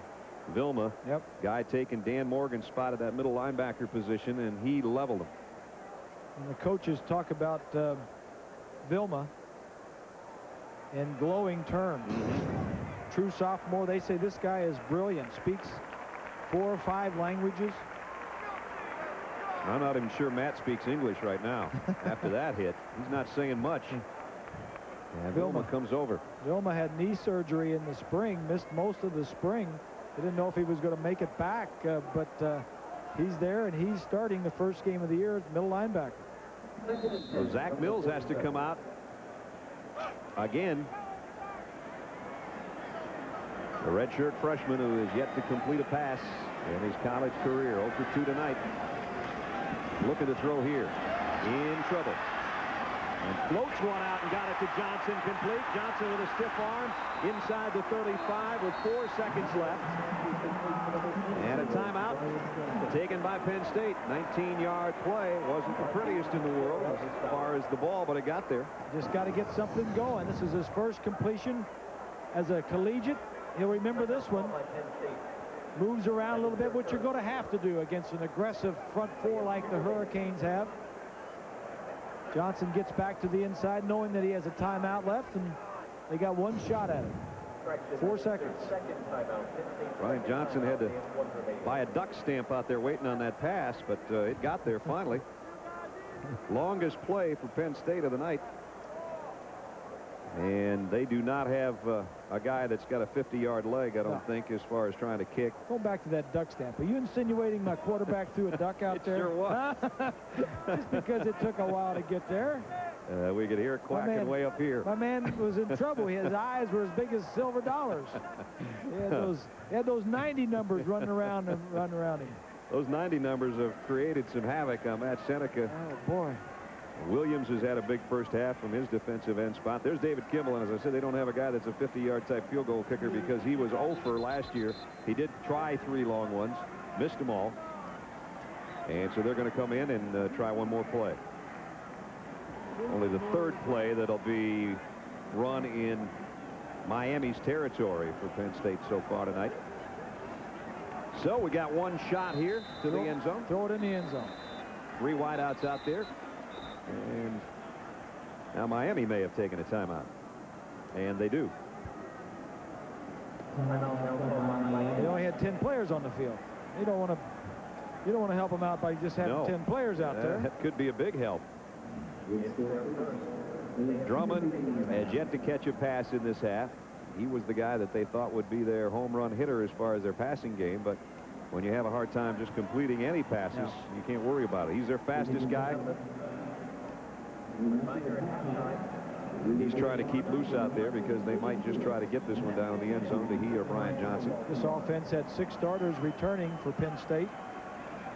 Rashard Casey was the quarterback last year, and that was part of the problem that with the incident that he had, whether he was going to be indicted by a grand jury or whatever. They lost their first 4 ball games, and then the Adam Talaferro incident, all of those things and then some other injuries. Everything went bad last year for Joe, and it's not starting off this year any better than it did last year. No, they had that bright spot at the end of the season last year, beating Michigan State in their finale, which gave them, I guess, at least a little better taste in their mouth over the offseason. But this first 30 minutes has not gone well. No. You know, this is a team that last year lost at home here to Iowa and to Toledo. Toledo's a lot better football team than most people getting credit for, and almost lost the Gophers, right? Yeah, and almost lost to Indiana last year. So Johnson, Drummond, and Tony Johnson all to the near side as Zach Mills drops on the final play of the half. Going to lay one up there, lazy pass. Brian Johnson's the closest, but it's intercepted by Miami. James Lewis back there defensively. I think is a guy that's going to, nope, it's going to be Scott back there that made the play. And so he comes up with the interception to end the half. And Larry Coker's got his team out to a 30-point lead, and he's with Lynn Swan right now. Well, Coach, everything looks pretty good for this football team. A couple of penalties, a bobbled pass for an interception. What will be your message at halftime to this team? Well, we're playing really hard, Lynn. I don't know if we're playing smart sometimes. I think 2 things. We got to continue to play hard. We got to eliminate some of the foolish penalties we're doing, and also just finish the job and be aware of the celebration stuff, because they're really wanting to warn us about those things, and we're not being flagrant about it. We just got to be aware of it. We just got to continue to play hard. When you look at the ball game, you're up such a big lead. How will you substitute? How will you get people in and out in the second half? Well, we're going to, obviously, it's a long half to go and a lot of football left. So we'll see how the thing transpires. And we're going to play a lot of players if we're up in the game. If there's any one thing that concerns you right now about Penn State, it would be what? Well, you know, again, they are Penn State, and I think they're playing hard like we are. And, again, we just can't give up any big plays, and we can't turn the ball over. A good first half to your season. All right. Thank you. All right, fellas, a good first half indeed, as it's 30-0 for the #2 team in the country on the road, looking good. We'll be joining John Saunders and Terry Boughton at Times Square Stadium in New York for the Valvoline halftime show right after this.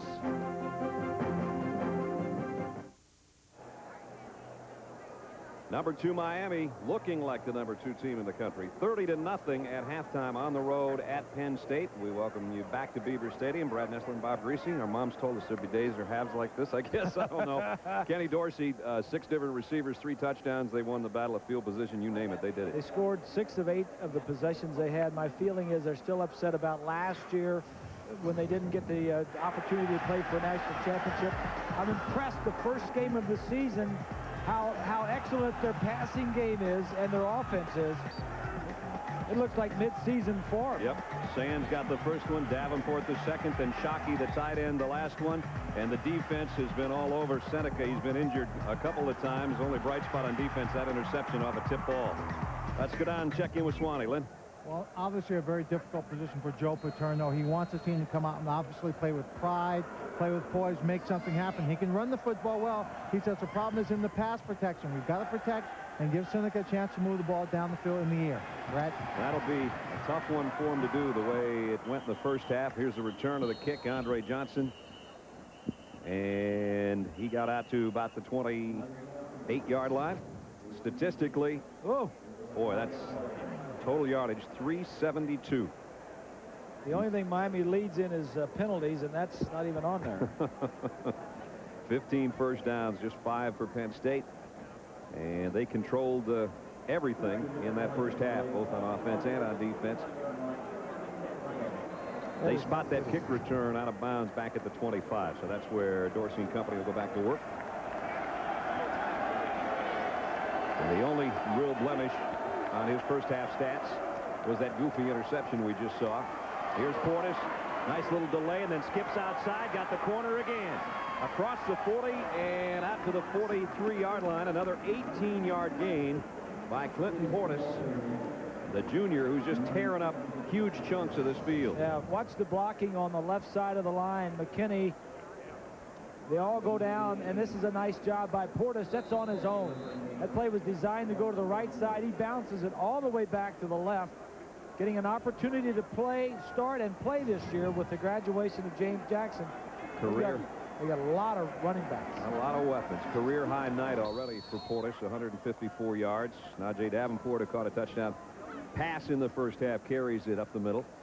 If you're Miami offensively, you want to come out and continue what you were doing in the first half, and that is run well, block well, throw the football well. And if you end up being ahead 40, 45 to nothing, then you've gotten some work in the third quarter and you're going to come out. But come out and play well in the third quarter. Opening drive looks good so far. To the 46-yard line. Dorsey again all day to throw and completes it. First down, Andre Johnson. And Johnson down to the 44-yard line. The guys are open by so much, Bob. Yeah. I mean, I know we're a long ways away. We can see plays develop, but there's nobody in the picture on half of these. Dorsey's doing a nice job. That time he looked to his left initially and then read back to the right side. He's a bright quarterback. He's been in this system for 3 years now, and he understands it. And to his credit, he just knows where to go with it. The difference, Brad, from this year's game on the road early in the season to Washington last year. Huge difference, and we saw that only blemish on their record last year out in Seattle. And 2 weeks from now, they've got the Huskies coming calling down in Miami, and we'll be there for that one too. And you can bet they'll be laying for them. Well, the Hurricanes have some big games on the road this year. Florida State is one of them. Virginia Tech is another, and then Pittsburgh, up in Pittsburgh on a Thursday night, is going to be a test for the Hurricanes. Of course, that Washington loss we're talking about, the only one as a starter for Kenny Dorsey, and Shockey came out of a stance. It looked like the tight end on the left side. Somebody fired off a little bit early. Prior to the snap, false start, offense, 5-yard penalty, remains second down.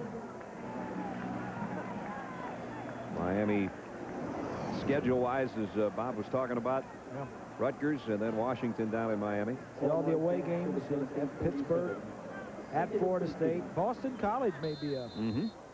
I think Tom O'Brien's doing a good job up there at Boston College. Pittsburgh and Boston College in the Big East have really improved themselves. Grant Knoll for Virginia Tech today had a huge day in his debut after taking over from Michael Vick. So you know Virginia Tech's going to apparently be good on offense again. Here comes Clinton Portis. And penalty markers down. Might have a hold. One of the wideouts got out there and blocked on Richard Gardner from the secondary. I think that's going to be the call anyway. I think it was Ethnic Sands who was trying to spring his tailback out there. I don't think we've had a penalty against Penn State, have we? We've had one. We've had one. A bunch of them on the Miami offense. 8 of their 9 have been on the Canes offense. Holding on the offense, 10-yard penalty from the spot of the foul. Repeat second down. So it backs it up to midfield.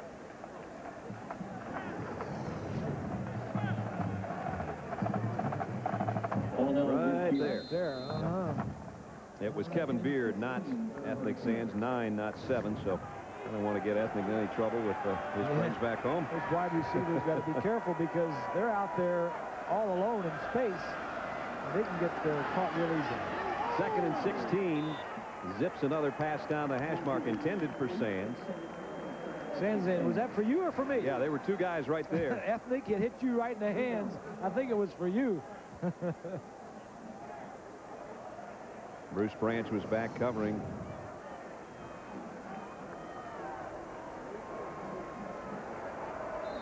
Maybe Branch got a little hand on there. I think so. Branch has an interception tonight before halftime. On a ball that should have been a touchdown. He probably doesn't want to talk about it. No, I don't think so. He got beat pretty badly on it. 3rd and 16. Dorsey fires out. He'll be well short of the first down, Andre Johnson. At about 7. Bruce Branch and Brian Scott, the 2 corners, combined on the hit. And it's going to bring up a 4th down.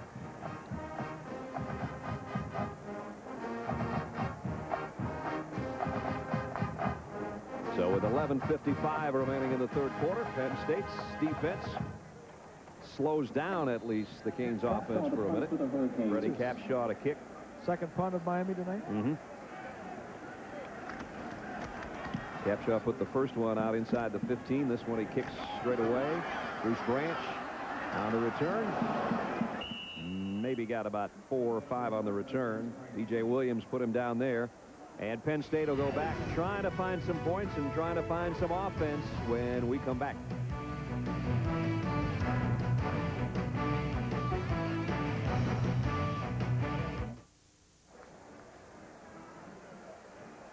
Miami leading 30-0. 11:33 to go in the 3rd quarter. Let's take a look at our Morgan Stanley well-connected storyline. All the good stories are being told by Miami. Dorsey, 3 touchdown passes. Portis 163 on the ground. And their bad stories for Penn State, 2 completions by their quarterbacks, 1 each. And only 67 total yards. Not good. Not good. Zach Mills at quarterback. Here's a counter. And an opening for Omar Easy. And Omar's got about 10. Close to it. Phil Buchanan and DJ Williams brought him down. On occasion, that offensive line has done some good things, opening some holes. Iorio, the center, gets a nice block there on Joseph. Those traps and counters that Swanee was talking about have been the thing that have sprung them for a little bit of yardage. Omar's got most of the yardage. A big guy that can run. One of the captains, 242-pounder. He's got 42 yards on his carries tonight. Mills. Better pass. Better result. Got it to the same guy, got the other one too, but this one had something on it. Yeah, exactly. 24 yards to number 24. By the redshirt freshman, Mills. 5-step drop, sets up and throws. This ball's got some zip on it and gets there quickly in between defenders. See the safety backing up and tripped a little bit. Actually, it was a corner, Buchanan, that was covering. Fran Ganner will like that one. There's going to be a lot of bright spots in the film room. He'll try going deep sideline this time and out of bounds. Eddie Drummond was the intended receiver. Let's check in at Times Square Stadium and John Saunders. Time for the Coors Light update, Brad. Wisconsin, Oregon. Oregon led early. Wisconsin, it's been their game since. Jim Sorgi, 13 yards to Darren Charles. And Wisconsin, who beat Oregon last year at home, trying to do it on the road at Autzen Stadium, 14-10. Tell you what, Badgers just don't go away. Yeah, it's a good ball game. Barry Alvarez always does a good job doing it with his backup quarterback. 2nd down and 10 at midfield. Here comes a blitz, and it pays off. Running into Omar Easy for a loss. Jonathan Vilma coming up the middle. Yeah, there were just too many players up near the line of scrimmage for that play to work.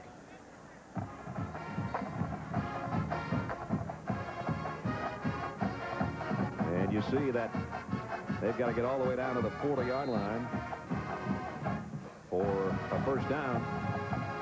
And Chrysler is our sponsor of the first down here in quarter number 3. And you can see it's not 10 yards they're going to have to go. Our 1st and 10 presented by Chrysler is 15 yards away at the 45. Mills in trouble again. Whoops. Down he goes.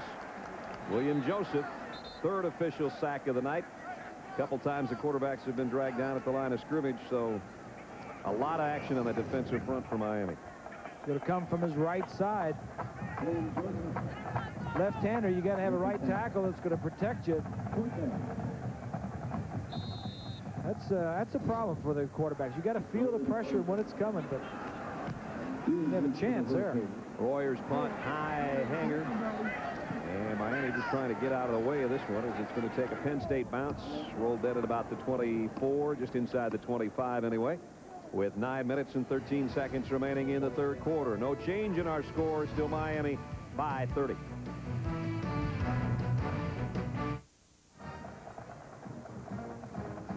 Ken Dorsey, 3 touchdowns as part of that 30-0 Miami lead. And he said he had a little bit of extra incentive coming into this game tonight. It's a big game for me because I'm seeing clippings like this. Miami QB impressive against lesser opponents. That's sort of a driving force for a lot of guys, and I think that's what's going to help me out this game. Is hopefully we're not playing against a lesser opponent this week, and I'm sure we're not. You can tell he's a bright young kid, and he's got everything in proper perspective.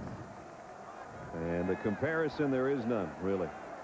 Dorsey's put up the big numbers everybody expected from him this year after his brilliant season last year, and he's back to throw again. He's got a man open, got him inside the 50. Off to the races goes Kevin Beard. Didn't drop that one, did he? Nope. Dragged down at about the 27-yard line. Sam Crenshaw got to him, but 47-yard pass play. Kevin Beard is another of those young receivers who came into the season without a reception, but highly thought of. Both Beard and Johnson on the other side. These two guys are, Larry Coker was talking about him in the spring, and he's given him a chance to do something. Right in between the defenders, Beard makes the play.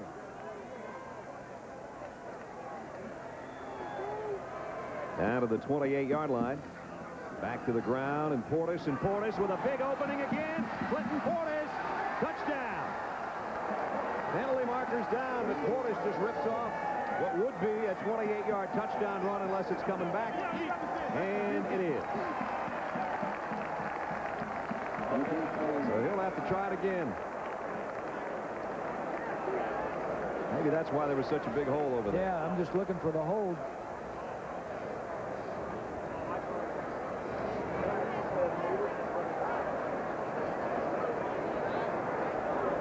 The spot was about the line of scrimmage where they threw the flag.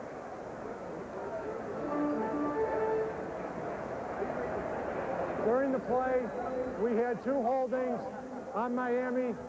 After the play was over, unsportsmanlike conduct on Miami. Wow. Watch as this play is going to go. Watch the tight end over here. The play is going to go back up inside.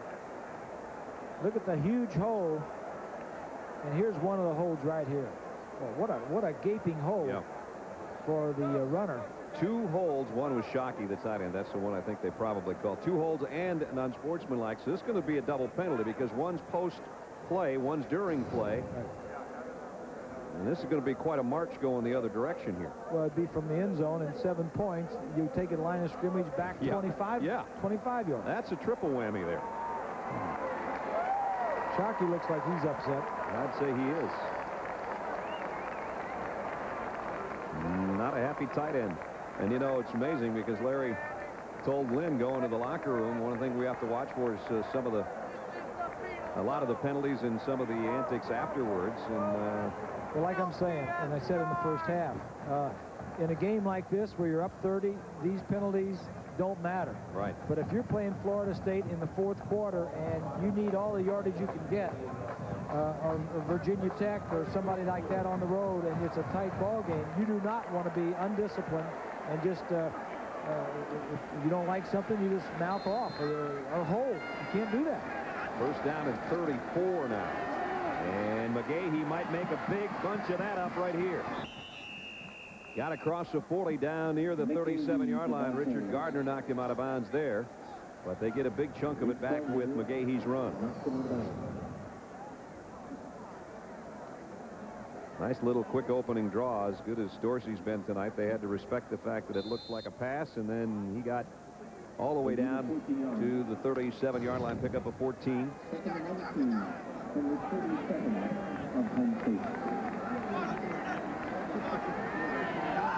Second down, 19 now. And they're going to go with the same play the other way. And McGahee can't keep his footing.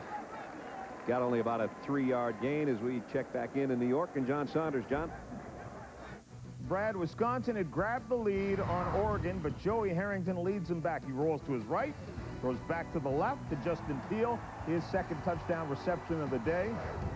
And the Ducks whacking again on top, 17-14. Good game going on there. I like that Harrington. I hadn't seen him until some of the highlights I've seen in the last week or two, and I like him a lot. We saw him up in New York on that building last week. Here's Dorsey, and he goes down to the tight end, Shockey. Another first down throw down to the 15. This guy's got good hands, good speed. He's just made up for being part of that hold and picked up 20 yards of what his 10-yard penalty was about earlier. Here he is right here again. He's just going to go straight down the field. Watch the quarterback. He's looking away. Look at this throw. Right over. He gets over the linebacker's head. That's pretty. Oh, yeah. All the way down to the 15-yard line. You got to have confidence in your player and your receiver that he's going to go up and catch that ball. That's his 7th reception for 84 yards for a tight end. Those are pretty big numbers. Dorsey with a first down to work.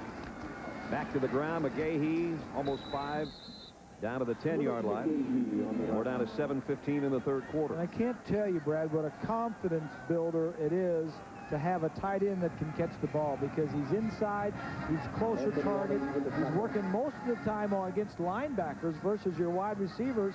They're further away from you, the throw is longer, and they're working against quicker defensive backs, and oftentimes they're double covered. If you got a good tight end and a back that can catch out of the backfield, you can move the ball down the field. Two of Shockey's grabs were on third downs. This is a second down and 5, 7th play of the Hurricanes' march here. Dorsey, quick slant, got it, down to the 2, first and goal, Kevin Beard. And he threw a strike there.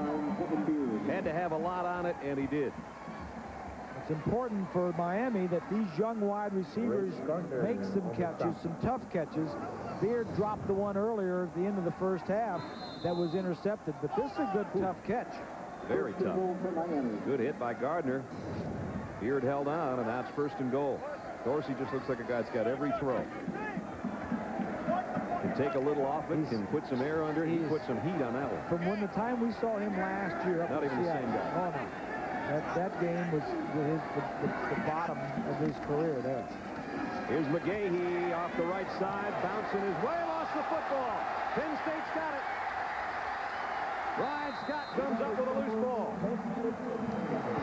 Shamar Finney, I think, is the guy that got the hit. McGahee might have tried to get too much there with his extra effort, and he lost the handle.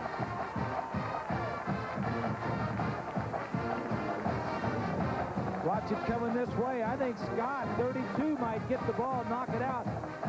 Watch Scott come up from behind him. Oh, the helmet. Mayer's helmet, I think. Yep, you're right. Good, tough defense. Tom Bradley, defensive coordinator, be proud of that one. Yep. Both turnovers have come in Penn State territory for the Canes, so just when they needed a big play, Penn State's defense got one. Their offense just can't get anything going. Omar Easy's planted in his tracks at the 5-yard line. Well, the defensive line has been as dominant as we were told. Coker was telling us they've got 8 guys up there that can play. And the secondary has been tough. And the linebackers are kind of new with Vilma and DJ Williams. Not much is getting to the linebackers. The front guys are cleaning it all up. Second down now, 12. A loss on the play at 2. Mills comes up firing. Got it. Out across the 15. John Gilmore, his tight end. Pickup of 11. It'll be a couple yards short of the first down, however. I don't know how he got that ball through there. I don't either. That thing had eyes. So Gilmore, his big tight end, 6'4", 258 with his first catch. Now they need about 1.5 yards to get a first down. And they're only 1 out of 9 on their third down conversions. They've got the big guys in there, Glosser and Omar Easy. They're going to throw for it. Mills across the middle, a surprise, and a first down and quite a bit more, and it's Gilmore again. So now the other tight end with an answer and an 18-yard pickup. That's gutsy, 3rd and 1, Yes, go to it the is. pass. I like the call. Fran Ganner with the call, knowing that this defensive line is tough. Just dumps it off to your tight end over the middle against the linebacker. So if Miami can do it, so can we. Vilma just can't get there. Gilmore trying to put the moves on. Down to the 35-yard line. Larry Johnson in the backfield now. He got the handoff and fighting his way. Strong guy. He got about 6 yards. Nice run by Larry Johnson. We check back in Times Square Stadium, and John. Don't go anywhere because Wisconsin and Oregon exchanging touchdowns again. You want to see a big haul? Anthony Davis saw it and then shows the speed as well. 69 yards for the touchdown. Wisconsin back on top of Oregon, finally getting their running game going after having less than 50 yards running in the first half. I talked to Barry Alvarez this week. I said, I thought you didn't have anybody that could run the ball. Michael Bennett's with the Vikings. He says, I got a little guy that can do some things. I guess so, huh? What color is that field up there? Is it brown? Oh, no. They're tearing it up. I know that. Yes, they are. Here's Mills. The sideline. Caught! Bryant Johnson, a great grab. Finally something to cheer about for the Penn State faithful. That's 4 catches for Bryant. Bryant Johnson, number 24 against Rump. Oh, great catch. And watch it when he goes up. They have a new receiver coach, Kenny Carter, and he told the quarterback, I want you to throw the ball to give my receivers, your receivers, a chance to make plays, something that Penn State has not been doing. And that time, he did exactly what he wanted to do, and the receiver came up with the big play. Kenny the other night was saying, don't mistime your jumps. Don't jump if you don't have to. He had to there, and he comes up with it, and they go right back to him. Incomplete. On the coverage, Philip Buchanan. The fans are booing. They wanted a holding call on Buchanan. Both these corners for the Hurricanes are pretty good. Buchanan is high on the list of all of the corners that are coming out this year and next year, but he is one of the top corners in the country. He kind of came in for Leonard Myers last year. Rumpf on the other side is just as good. And Reed, their free safety, had 8 interceptions last year and returned 2 of them for touchdowns. So these guys can play. No doubt about that. They don't give up much. 2nd and 10. Mills from the shotgun. Zach's got a little bit of time. Now it's running out. And wisely got rid of that thing. He had a couple guys in pursuit. Jamal Green and Vince Wilfork were coming after it. This is the deepest penetration for Penn State into Miami territory today.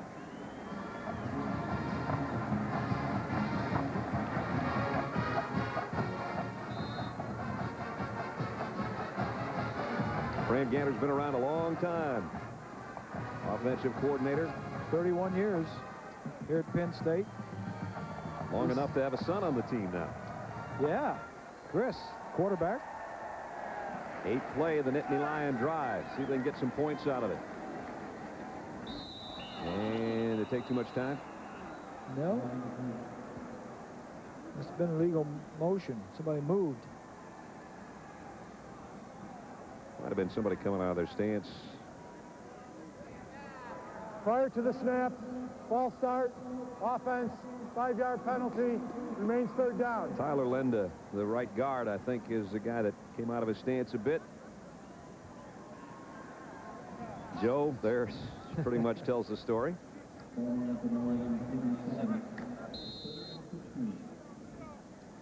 He's quite the disciplinarian. He's 74 years old, but he bounces around the practice field. Does he ever?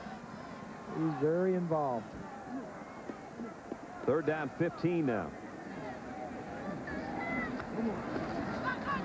Mills throws, intended for Bryant Johnson again. And Marquise Fitzgerald broke that up. Wasn't much of an opening to get that thing in, and it didn't quite get there fast enough. Well, you better get there because this Hurricane defense is good.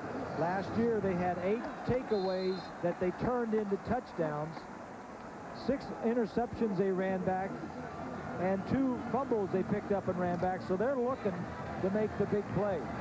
That was an excellent play. Got his left hand around in front and knocked it away, and of course it's the 4th down, and Penn State's got to go for it. They have to try to get something happening. 4th and 15, deep middle to the tight end, and it's broken up. Incomplete. Ed Reed's the guy that made the diving attempt at an interception there, but big Will Fork put the pressure on. Miami takes over on downs, leading by 30.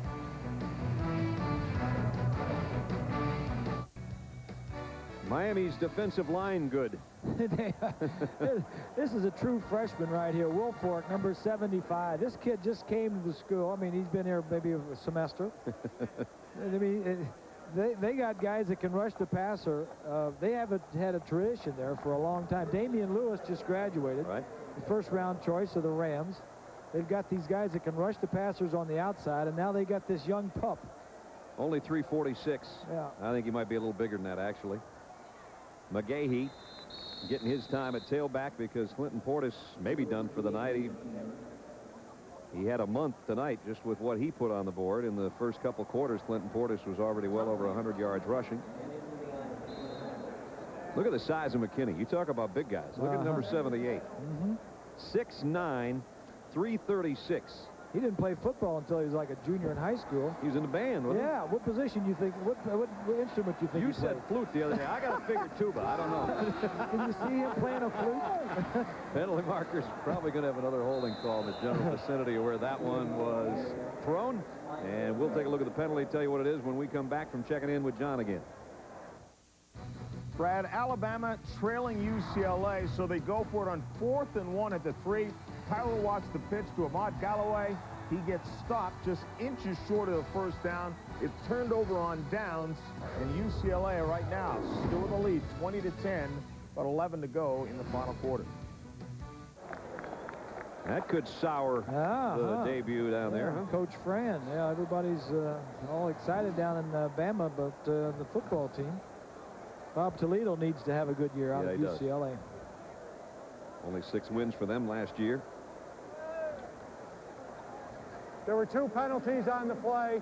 Holding on the offense has been declined. Illegal block below the waist on the offense has been accepted.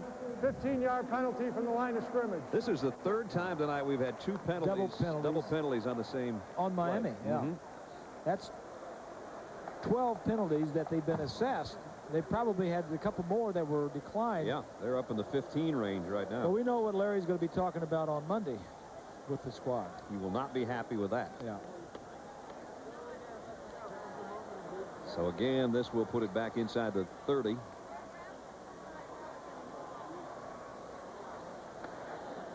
Talk about options. How many times Penn State had to look at which penalty you want to take? Yeah.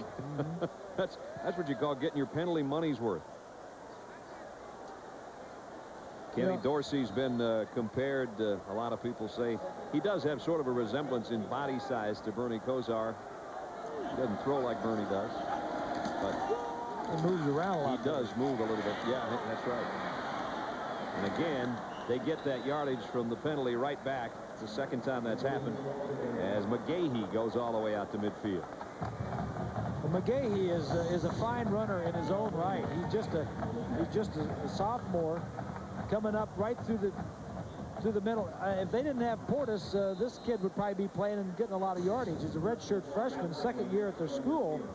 But they've got another kid behind him, Frank Gore, that they like just as well as they like these other 2. There's Portis with the hat on. It's a big night, and his birthday night pretty much over. And here's McGahee again. Well, the Canes knew where to recruit McGahee. He went to the same high school as Najee Davenport, so they had a little tradition of good backs there, too, apparently. They've got another back in the backfield, Jared Payton, Walter Payton's son. Yep. Is at Miami. He's the backup fullback. There he is right there. Yeah, number 34, wearing his dad's number. he plays fullback, but this is not a true fullback position. Right. There's two back in the backfield, and there he is. There, the up man in the eye right now. And he gets the call right on cue.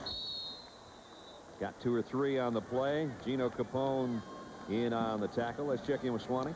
Well, Peyton was in a car accident in the summer and driving his, actually I think it was Portis who was driving his BMW.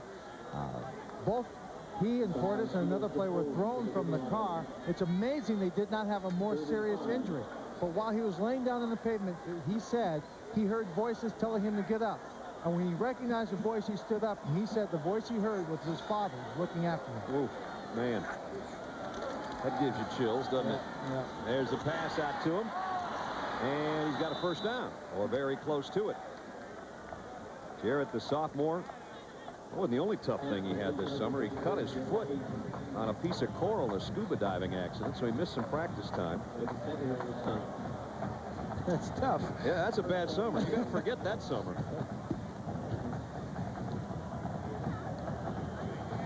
And so far this season, a bad one that Joe Paterno would like to forget. This summer, Joe's kind of lightened up also. He's had him bowling and going on picnics. And, softball leagues. Yeah, trying to lighten it up a little bit, get everybody to know each other a little bit better, and I think that's a great idea. Yes, it is. Here's McGahee again off that right side. Nice open field stop over there. Sean Mayer from the secondary put his head in there and brought him down, and it'll bring our third quarter as well to a close. So no more damage done to Penn State. Miami using some of their backup people and had an opportunity to score but fumbled it away at the 1-yard line, and so no change in the third quarter. Into 3.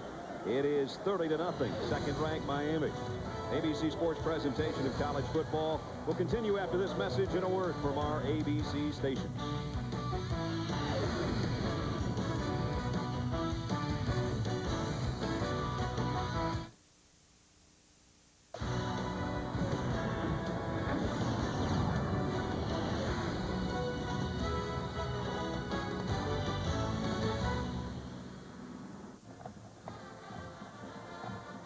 Never get tired of looking at that guy standing up, clapping his hands, do you? Adam Talaferro, injured about 11 months ago, and now always believe in comebacks. That's right. And number 43 here tonight led his teammates out. He's a grad assistant coach and works with the secondary. He's at practice every day, twice a day. He's in working out, trying to get better physically. As Dorsey zips another one right down to a 1st and goal for Miami. Got that one to Jason Geathers.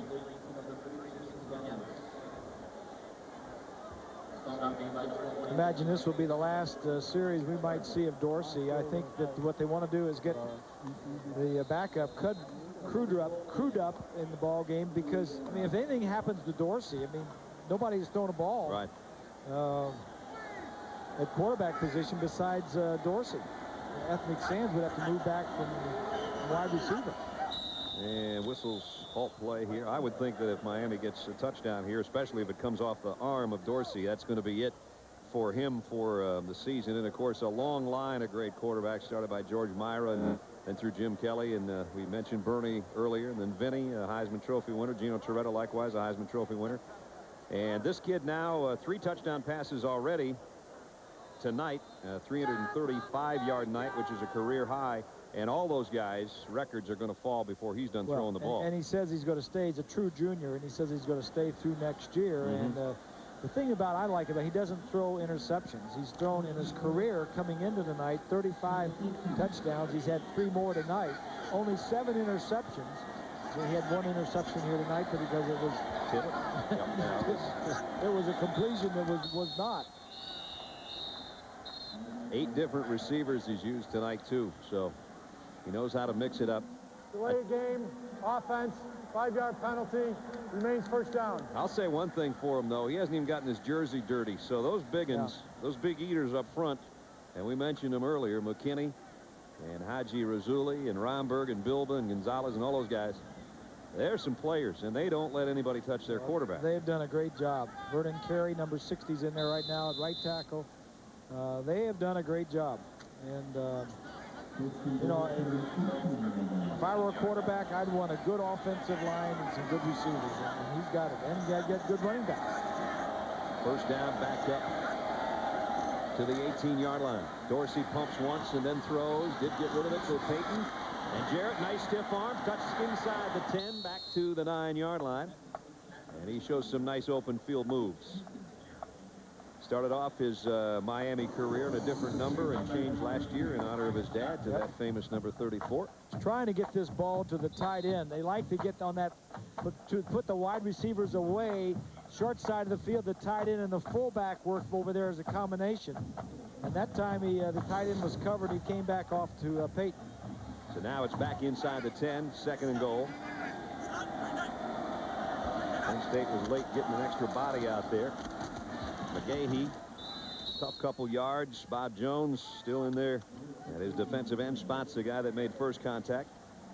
Derek Coles there, number 2, is an interesting story. He's a linebacker, and Tom Bradley was saying he's our best linebacker, but he doesn't start because he's got an enzyme deficiency, and they only allow him to play like 25 plays. They actually have somebody counting the number of plays that he's in there, and usually he's in there on passing situation plays because he's pretty quick and he can run with tight ends.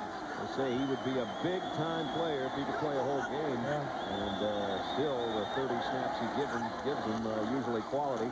3rd down and 6, and nice job, Jones again. I just mentioned it, number 96. He and Ben Fatty there to bring down the running back. And Ben Fatty, that's a famous name around here. His brother Lou was an All-American here in the early 90s. This is Dave, his little brother, 5'11", 220. Dave is a walked on the program and earned a scholarship. His 5th-year senior. Todd Severs has been perfect tonight at his field goals. This is the shortest one he'll attempt from 23. And he's still perfect. 4 for 4 for Severs. So the first points of the second half come much as the first points of the first half came off the foot of Todd Severs. 12:22 remaining in the ball game. All Miami 33-0.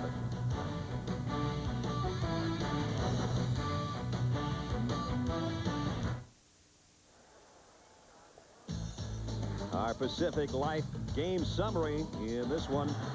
A lot of big hits on Matt Seneca. Sent him out of the ball game twice. Zach Mills has come in.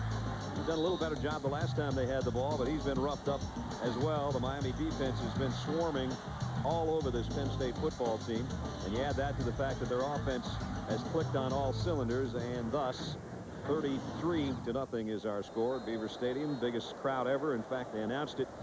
We told you what capacity was, and we said there'd be 107,000 here. The crowd tonight is 109,313. Biggest crowd ever, obviously, to see a football game in this part of the country. I think it gets anywhere. That's more than Michigan. Did they say that was more than Michigan? They made an announcement. Yeah, I don't know if they did say that. And bringing out of the end zone, Larry Johnson. Penalty markers down, and with those markers, we'll check in with Swanee. Lynn? Well, Brad, Ken Dorsey's greatest fan probably is his older brother, Adam, here. And, Adam, you go to Florida State. Yeah. How does that work out? Well, I love it. It's a great place to go to school, and the people there are actually pretty nice, and it's been fun. But you've been known to wear that Miami T-shirt around the campus. I have, yeah. Sometimes you got to stick it to them a little bit. Now, you have seen all of your brother's games, and you've had to buy tickets way in advance. What's the most unusual way you've gotten to one of his away games? Definitely the Greyhound bus to Morgantown, West Virginia, 36 hours one way, and met some very interesting people along the way. How'd you get here for this ball game? I flew to this one. Much nicer. Yeah. You've seen a lot of airports. I have. Yeah, that's all right, though. So you have your schedule mapped out for the rest of the year? I do. I had to give a list of classes I'm going to miss to my teachers, and they're not real pleased about that, but that's all right. I'm having fun. I know your brother appreciates your support. Yeah. Thank you. He's a good kid. Enjoy the rest of the ball game. Thank you. I love that. He's a good kid. Kenny's only about a foot taller than Adam is. Yeah, he is. They look like Mutt and Jeff when they're side by side. Here's a run by McCoo. Eric Thompson, open field, still on his feet out to the 30-yard line. I tell you what, Penn State, they've got 3 running backs, and I like all 3 of them. And this kid, Easy and Johnson, all 3 of them. And then McCoo, their leading rusher the last 3 years. Yeah. They just need to get some balance in their passing game. Exactly. If they had any help tonight, that ground game would have been more and more effective. And Penn State hasn't had a good passing game around here since some of the old Todd days. Blackledge. Blackledge Our old buddy. And Kerry Collins. Yep. Well, they've actually only had 3 quarterbacks in the history of the school. And I said earlier, they play the tight end Gilmore. They played football here 115 years. Only 3 quarterbacks for Penn State have ever thrown 20 or more touchdown passes in a season. And they were Todd Blackledge and Kerry Collins and Tony Sackett. Yeah, that's it. When you stop to think about that, I mean, that's kind of amazing. Yeah, that's Joe Paterno offense, I guess. Yep. Of course, they had a lot of guys chew up a lot of yardage on the ground, too. Yeah. So. Yep. 2nd down and 2. Nittany Lions with 11 minutes remaining, trying to get something going here, and they're going to do it on the ground one way or another. Maybe a first down. Going to be close. Terrell Weaver made the stop on McCoo. Time permitting, I want to remind you to stay tuned for the Thrifty Car Rental post-game report. John and Terry will have all the scores and highlights from across the country for you. And they'll keep close tabs on that Big Ten, Pac-10 game going on. Wisconsin and Oregon, they've kept us abreast of that. And it's been a good one. Same with Alabama and UCLA. Close enough that they're going to bring the chains out. Here's a did you know, partner. All right. Penn State. How many years in the Big Ten? 8 years in the Big Ten since '93. Glad you answered that for me. I saw you over there struggling, so I figured I wouldn't put you through it. Chevy Trucks is showing us whether that's a first down with our 1st and 10. It's not quite. All right, Penn State in the Big Ten for 8 years since '93. 93, excuse me. They've won 1 big title, went to the Rose Bowl 1 time. During that same period of time, Northwestern has gone 3 times, won the title 3 times, to go to the Rose Bowl. Now, everybody thought that Penn State coming into the Big Ten was going to dominate, and you look at the numbers, and it hasn't been that way. It's been Northwestern and Wisconsin going to the exactly, for sure. Hasn't been what they thought were going to be the big 3 of the Big Ten, which is actually 11, if you can follow my math. 3rd down and inches here. And straight ahead they go with Sean McHugh, and the fullback / tight end gets a first down. Howard Clark makes the stop. They move the chains. Coming up later, we'll select our Chevrolet players of the game. Chevrolet will make a $1,000 contribution to each university's general scholarship fund. There's a couple of candidates right there. Yeah, that's for sure. Portis and Shockey. Those guys are having fun.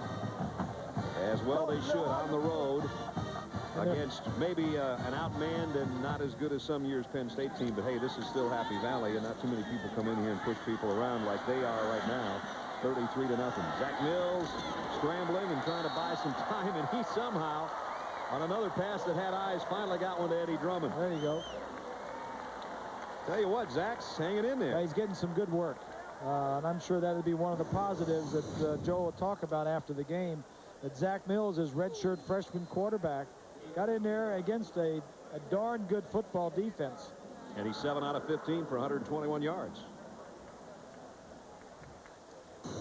And that's after the first pass that he threw tonight was a disastrous looking thing. Yeah. First one he completed wasn't much prettier. Now he's calming down a little bit. And he's going to throw a fade over here, and Brian Johnson's got it, and he's going to score. Touchdown, Penn State.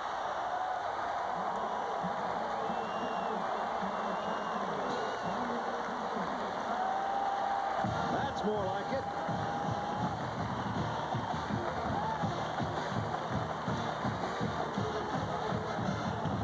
Nice adjustment on the ball by Brian Johnston. Well, that's 200-pounder. It's exactly what Swanee was talking about earlier, about going up and catching the ball at its highest point. Kenny Carter, the offensive wide receiver coach, we were watching him do this the other night at practice, and that's a great example of it right there. Give your guys a chance, and he did, to go up and make the play. David Kimball now in for the point after. He's been waiting all night to get a kick, and he hit it right down the middle. So the Nittany Lions finally on the board. It took until 9:51 remained in the ball game, but a touchdown pass has their first 7 of the year.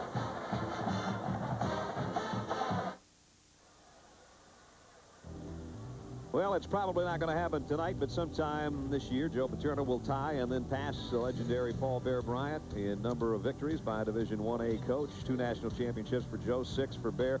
You know, we had to sit down the other day before we had lunch. I said, Coach, I know you're going to hate me asking this question, but, you know, they won't pay me if I don't ask you the question. So I asked him about the impending record. If it happens that I end up winning more games than Coach Bryant, and then when Bobby passes me, I'll get mad and I'll put up a dartboard and throw darts at his picture and all. But it's, you know, records are, what are they? They're milestones, but they're just milestones in what people have been able to accomplish for other people, not necessarily for themselves. I just never get tired of being around that guy, yeah, you know? He makes sense, and you know, he talks sense, and he talks discipline and integrity, and that's all through his program. Unfortunately, they've lost 11. Get back to that in a minute.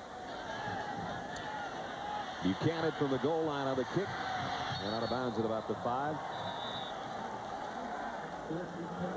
And Kenny Dorsey's night is done.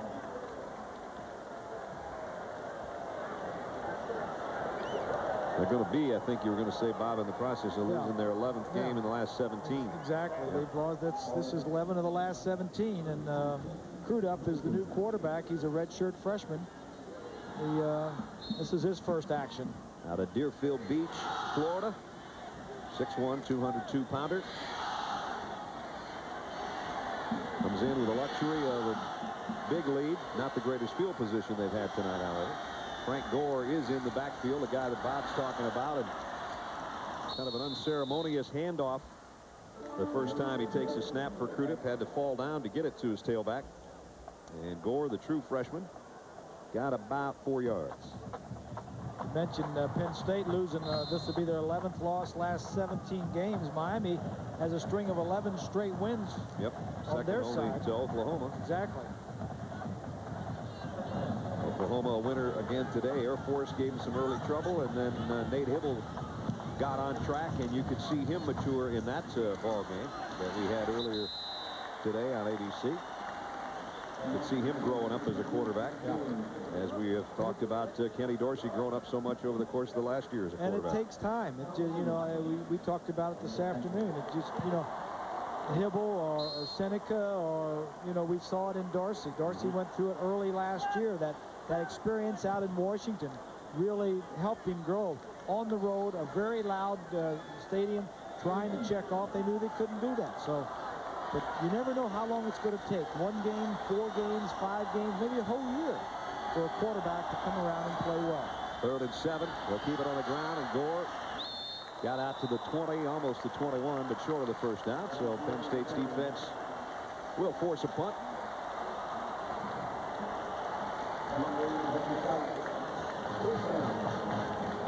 And Buddy Capshaw will come in to kick again. Eddie Drummond's going to drop back as the punt return man, and he can be dangerous if you give him some open field.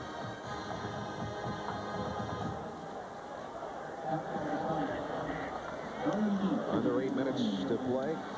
Capshaw's kick takes a bounce, and he has to let it go. Miami will wait for it to roll dead way down at the 22-yard line. That's where Penn State will take over on offense, but they trail 33-7.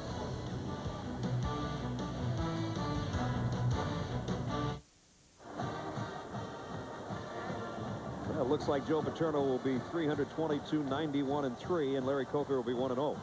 Yeah. It's the players. Here's a look at the coaches that went before Coker. Butch Davis stayed 6 years, won no titles, and went on to Cleveland. Erickson stayed 6, won 2 titles, and went to Seattle. And Jimmy Johnson stayed 5 years. And before that, it was Howard Schnellenberger, who stayed 5 years. So, pass complete. Broken tackle by John Gilmore, the tight end. Gilmore shrugs off another blocker and then takes about 3 Hurricanes with him. Tight ends both look good tonight. Gilmore 28 yards on that one. But we're looking at that graphic about coaches for Miami. And some of the Miami fans get upset that Butch Davis left. Right out at us. Gilmore shakes a tackle. Rumpf shakes another one. Smith. Clark. Yep. But some of the Miami fans were really upset when Butch Davis left. But when you stop to think what Butch did, I mean, he stayed longer than most of the other coaches. Went through a lot of sanctions and lost to get it built back 31 up. scholarships. Yeah, he did. Here's a pass. That one tipped a little bit and behind the intended receiver. Earlier we had our ABC Sports Online poll for you, the greatest college football coach. We thank all of you that hopped online, and Bear Bryant by an eyelash or so over Joe Paterno. And Bobby Bowden only got 15%. Florida State people, see, they must not have been paying attention to that. They were celebrating that victory over Duke. They were out. Out in Tallahassee. Yeah.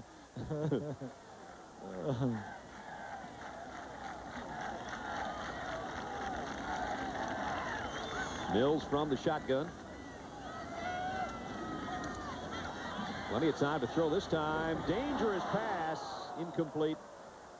That would have had to be a miracle to get that one in there, and he couldn't quite. It's incomplete. Gives us a chance, though, to check in with John at Times Square Stadium. John? Guys, yours may have been decided for some time, but this Oregon-Wisconsin game is going right down to the wire. Jim Sorgi, 48 yards to Lee Evans. He gets it down to the 1-yard line, and Sorgi scores on the next play. This was set up by an interception of Joey Harrington, the second of the game. Remember, he was picked off 3 times last year, 28-24, 5 lead changes in the second half. And UCLA holds on to beat Alabama by 3. Brad. Couple good ones, John. Thanks for keeping us posted. Mills throws outside, incomplete. Brian Johnson, the intended receiver. Well, if Wisconsin holds on and upsets Oregon out there, that means Wisconsin's a better football team than anybody's given credit for, and maybe Oregon wasn't. Well, that's true. The game is played at home. Oregon has not lost at home like, what, 20, 21 games in a row they've won. And Wisconsin goes out with their backup quarterback and might win the ball game. Kevin Beard waiting on the punt. And it's a good one. Hangs high. He's got a call for a fair catch. And maybe should have let that one go, but he takes it at the 7-yard line. 6:47 to play. Reason to smile if you're a Canes fan.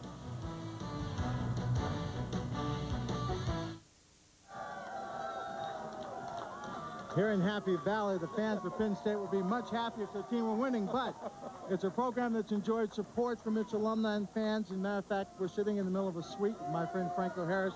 $93 million renovation of this stadium. And Franco, I didn't know you were making so much money to have a suite. Well, being a Penn State alumni, we do quite well. What does this mean to the program? You know what?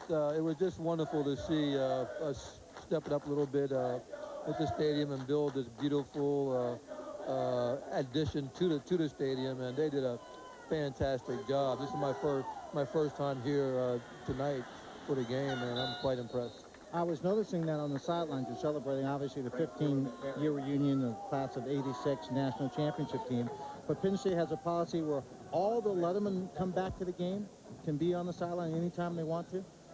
Well, you know what? I think if you ask and if you can be on there, I tell you the truth, I'm not sure what the policy is. I think I've only just done it once myself. I've asked to be on there, and they allowed me on there. But I have to admit, it is something that now I think I'm going to ask for in the future. Well, things are looking pretty good here. The facilities have improved. I think maybe you're going to need that edge or maybe help recruiting, get a few more players. There's no doubt about it. I mean, they really fixed up the environment wonderfully, but you also need a good product. And tonight's been a little rough, but being a Penn Stater that I am, we're not going to give up hope. We're seeing some improvement in the second half. I'm saying in the second half we're winning it 7-3. So that is a little improvement. And matter of fact, I'm looking forward to the rest of the season. All right, Franco. Thank you very much. I'll see you back in the neighborhood. Thank you. And go Brad? Penn State. See, that's easy when you can just interview one of your neighbors. Yeah. And we can put a pretty good team together tonight. We got Franco and Swanee in that box. We got Grease up here with me, another Hall of Famer. Jack Ham's over doing the radio for Penn State. Yeah. We could put a hell of a team together, you know, just for a pickup game, probably. Franco Harris, one of the great running backs here, of course, in years past, and then an all-pro career with the Pittsburgh Steelers. Eddie Drummond going to go down at about the 26-yard line. ABC Sports presentation of college football brought to you by Chevy Trucks, the most dependable, longest-lasting trucks on the road. Budweiser, with a crisp, clean, refreshing taste you'll find in no other beer. And Morgan Stanley, formerly Morgan Stanley's Dean Witter. Move your money, get well connected. Beautiful night in Happy Valley, but not a good night for Penn State fans. On the short end of the score, 33-7. And this young fella has hung in tough. Zach Mills had to come in when Matt Seneca injured his elbow. And he's gotten a little bit better with each series. Omar Easy on the carry. And Penn State running out of time. Larry Coker is going to have his first victory here soon. About the only negative they can take out of this is the 14 penalties, 120 yards they were penalized. You got to overcome that. You know, they say that Larry is more relaxed, a more casual coach, a player's coach. You know, Butch Davis was more businesslike, more disciplined. And I think when you see the first game, you come out with all these penalties. I think what Larry has to do is get a little bit stricter with them, a little bit tougher, and discipline. Say, hey, we can have fun, but we can't have silly penalties, because that's going to get to you. Mills, nice ball, Bryant Johnson. Nice catch, too. Good throw. I'm impressed with both ends of that. Johnson, Bryant Johnson has been looking good all night, and Mills put that ball right on the money. Right. Came down that thing, I think landed on the football as he was falling down at the end of this 35-yard catch. That's DJ Williams, 17, a linebacker running with him, and I think you're right. This young redshirt freshman, Mills, has done a nice job. And Bryant Johnston, Bryant's got a 6-catch night, including a touchdown, and whistles like defensive line for Miami jumped unless they were drawn offside. Vince Wilfork, when he gets that 350 going in the wrong direction, it's hard to get back if it's on him. I think Felder, the left tackle, moved. Prior to the snap, false start, offense, 5-yard penalty, remains first down. You are correct, sir. So that backs Penn State up.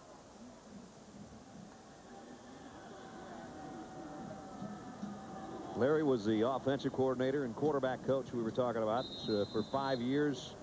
Before that, he coached defensive backs at Ohio State in 93 and 94. Offensive coordinator when he was in Oklahoma, 90 through 92. And for 7 years, coached offensively at Oklahoma State. Had some pretty good players there named Barry Sanders and Thurman Thomas. So he's worked with some good ones.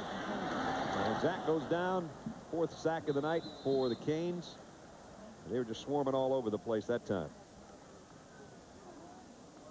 He was also at Ohio State with Eddie George, Larry Coker.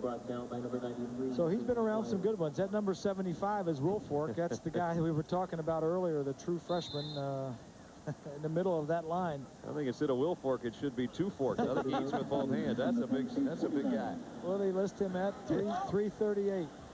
I don't think so. I don't either. I don't think so. Can't even tuck his jersey in. He's quick as a cat, though. And here's Omar Easy. And Omar's got it back across the original line of scrimmage. Picks up 10 yards. Philip Buchanan made the stop. Interesting to note that a lot of the Miami defensive starters are still in the ballgame. That's something that the defense doesn't want to give up a lot of points throughout the season. They like the yardage down, they like the points down, and that's why they're in there. 3rd down and 9 coming up. To get it down to the 31-yard line for a first down as we approach 2 minutes.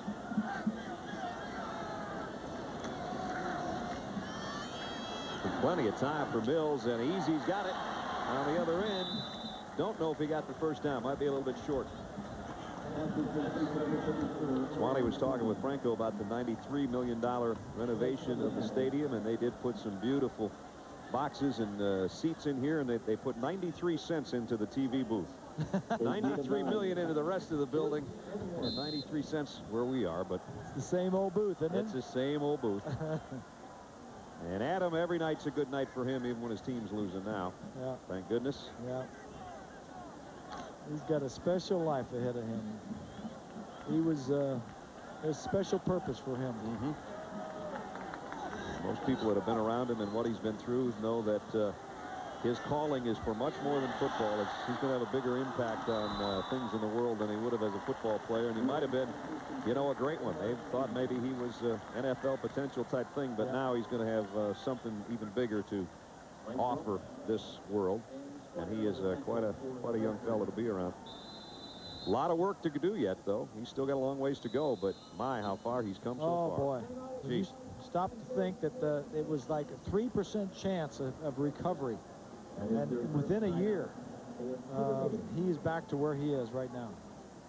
That just gives hope to everybody that's out there that has had spinal cord injuries, their families, and that's just a wonderful story. Sure is. Minute 2 seconds remaining gives us a chance to tell you our Chevrolet players of the game for this one. And Clinton Portis, the birthday boy on his 20th birthday, ran a lot of the times behind Shirko Haji Razuli, who was celebrating his 21st birthday. So other guys can share that if they want. This is icing on the cake for him. And Brian Johnson, the wide receiver for Penn State, a career high 149 yards on 6 catches for him. So our congratulations. In recognition for their efforts, Chevrolet will make a $1,000 contribution to each university's general scholarship fund. This guy was our second choice, to be totally honest with you. Zach Mills. He's got plenty of years to win some Chevy awards. And he's getting some good playing time here. This is the making of a quarterback right here. When you get in and no matter it's the end of a ball game, it's still live bullets out there. And you're getting some completions. You're moving the ball. You're doing it against their front line. And exactly, defenders. it's the first defense in there. And a first down at the 29 of the Canes. Zach again sets and fires. Interception. There's a mistake. Hung that one too good. You can't do it with guys like Edward Reed back there. They're just too good. Exactly. And you're throwing way across the field. Reed's pretty good. He's got 12 interceptions in his career. That's his 13th. And he's a ball hawk. He'll pick them off. We mentioned he had 8 interceptions last year. 2 of them returned for touchdowns. He's the first team All-American with those 8 picks and heading in that direction again. So now a lot of the folks are shaking hands, saying nice to see you. We'll see you next home game as they start heading to the exits here after having a record crowd of over 109,000. And Joe's going to have to wait another game at least for... And he doesn't make any bones about the fact he could care less about when the record comes with Bear Bryant's. He said, I'll be humbled by it because that's awful good company, but I'm not worried about it. And congratulations to Larry Coker. Yes. His first win took a long time to get there, but 53 years old. He's waited for a long time, but finally first win on the road against a legend. Waited 22 years to be a head coach, and it only took him 1 game to get that first victory. Miami 606 yards of offense tonight. So they show that they have some firepower and they can do it in a lot of different ways. Portis ran well. Dorsey was near perfect and ended up with a career high night. Kenny did.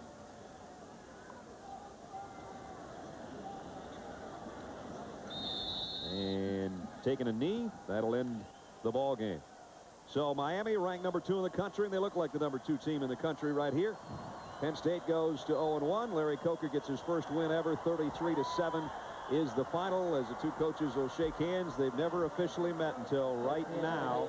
And you know Joe is very happy for him despite the fact his team comes up short. That's going to do it for us. We'll see you from Austin, Texas next week. For Bob Greasy, Lynn Swan, Adam Talaferro, and everybody else, I'm Brad Nessler. Thanks for being with us. 33-7, Miami a winner. We're going to send you out to a very, very good game between the Pac-10 and the Big Ten. Wisconsin and Oregon. Keith Jackson and Tim Brandt are standing by. Keith?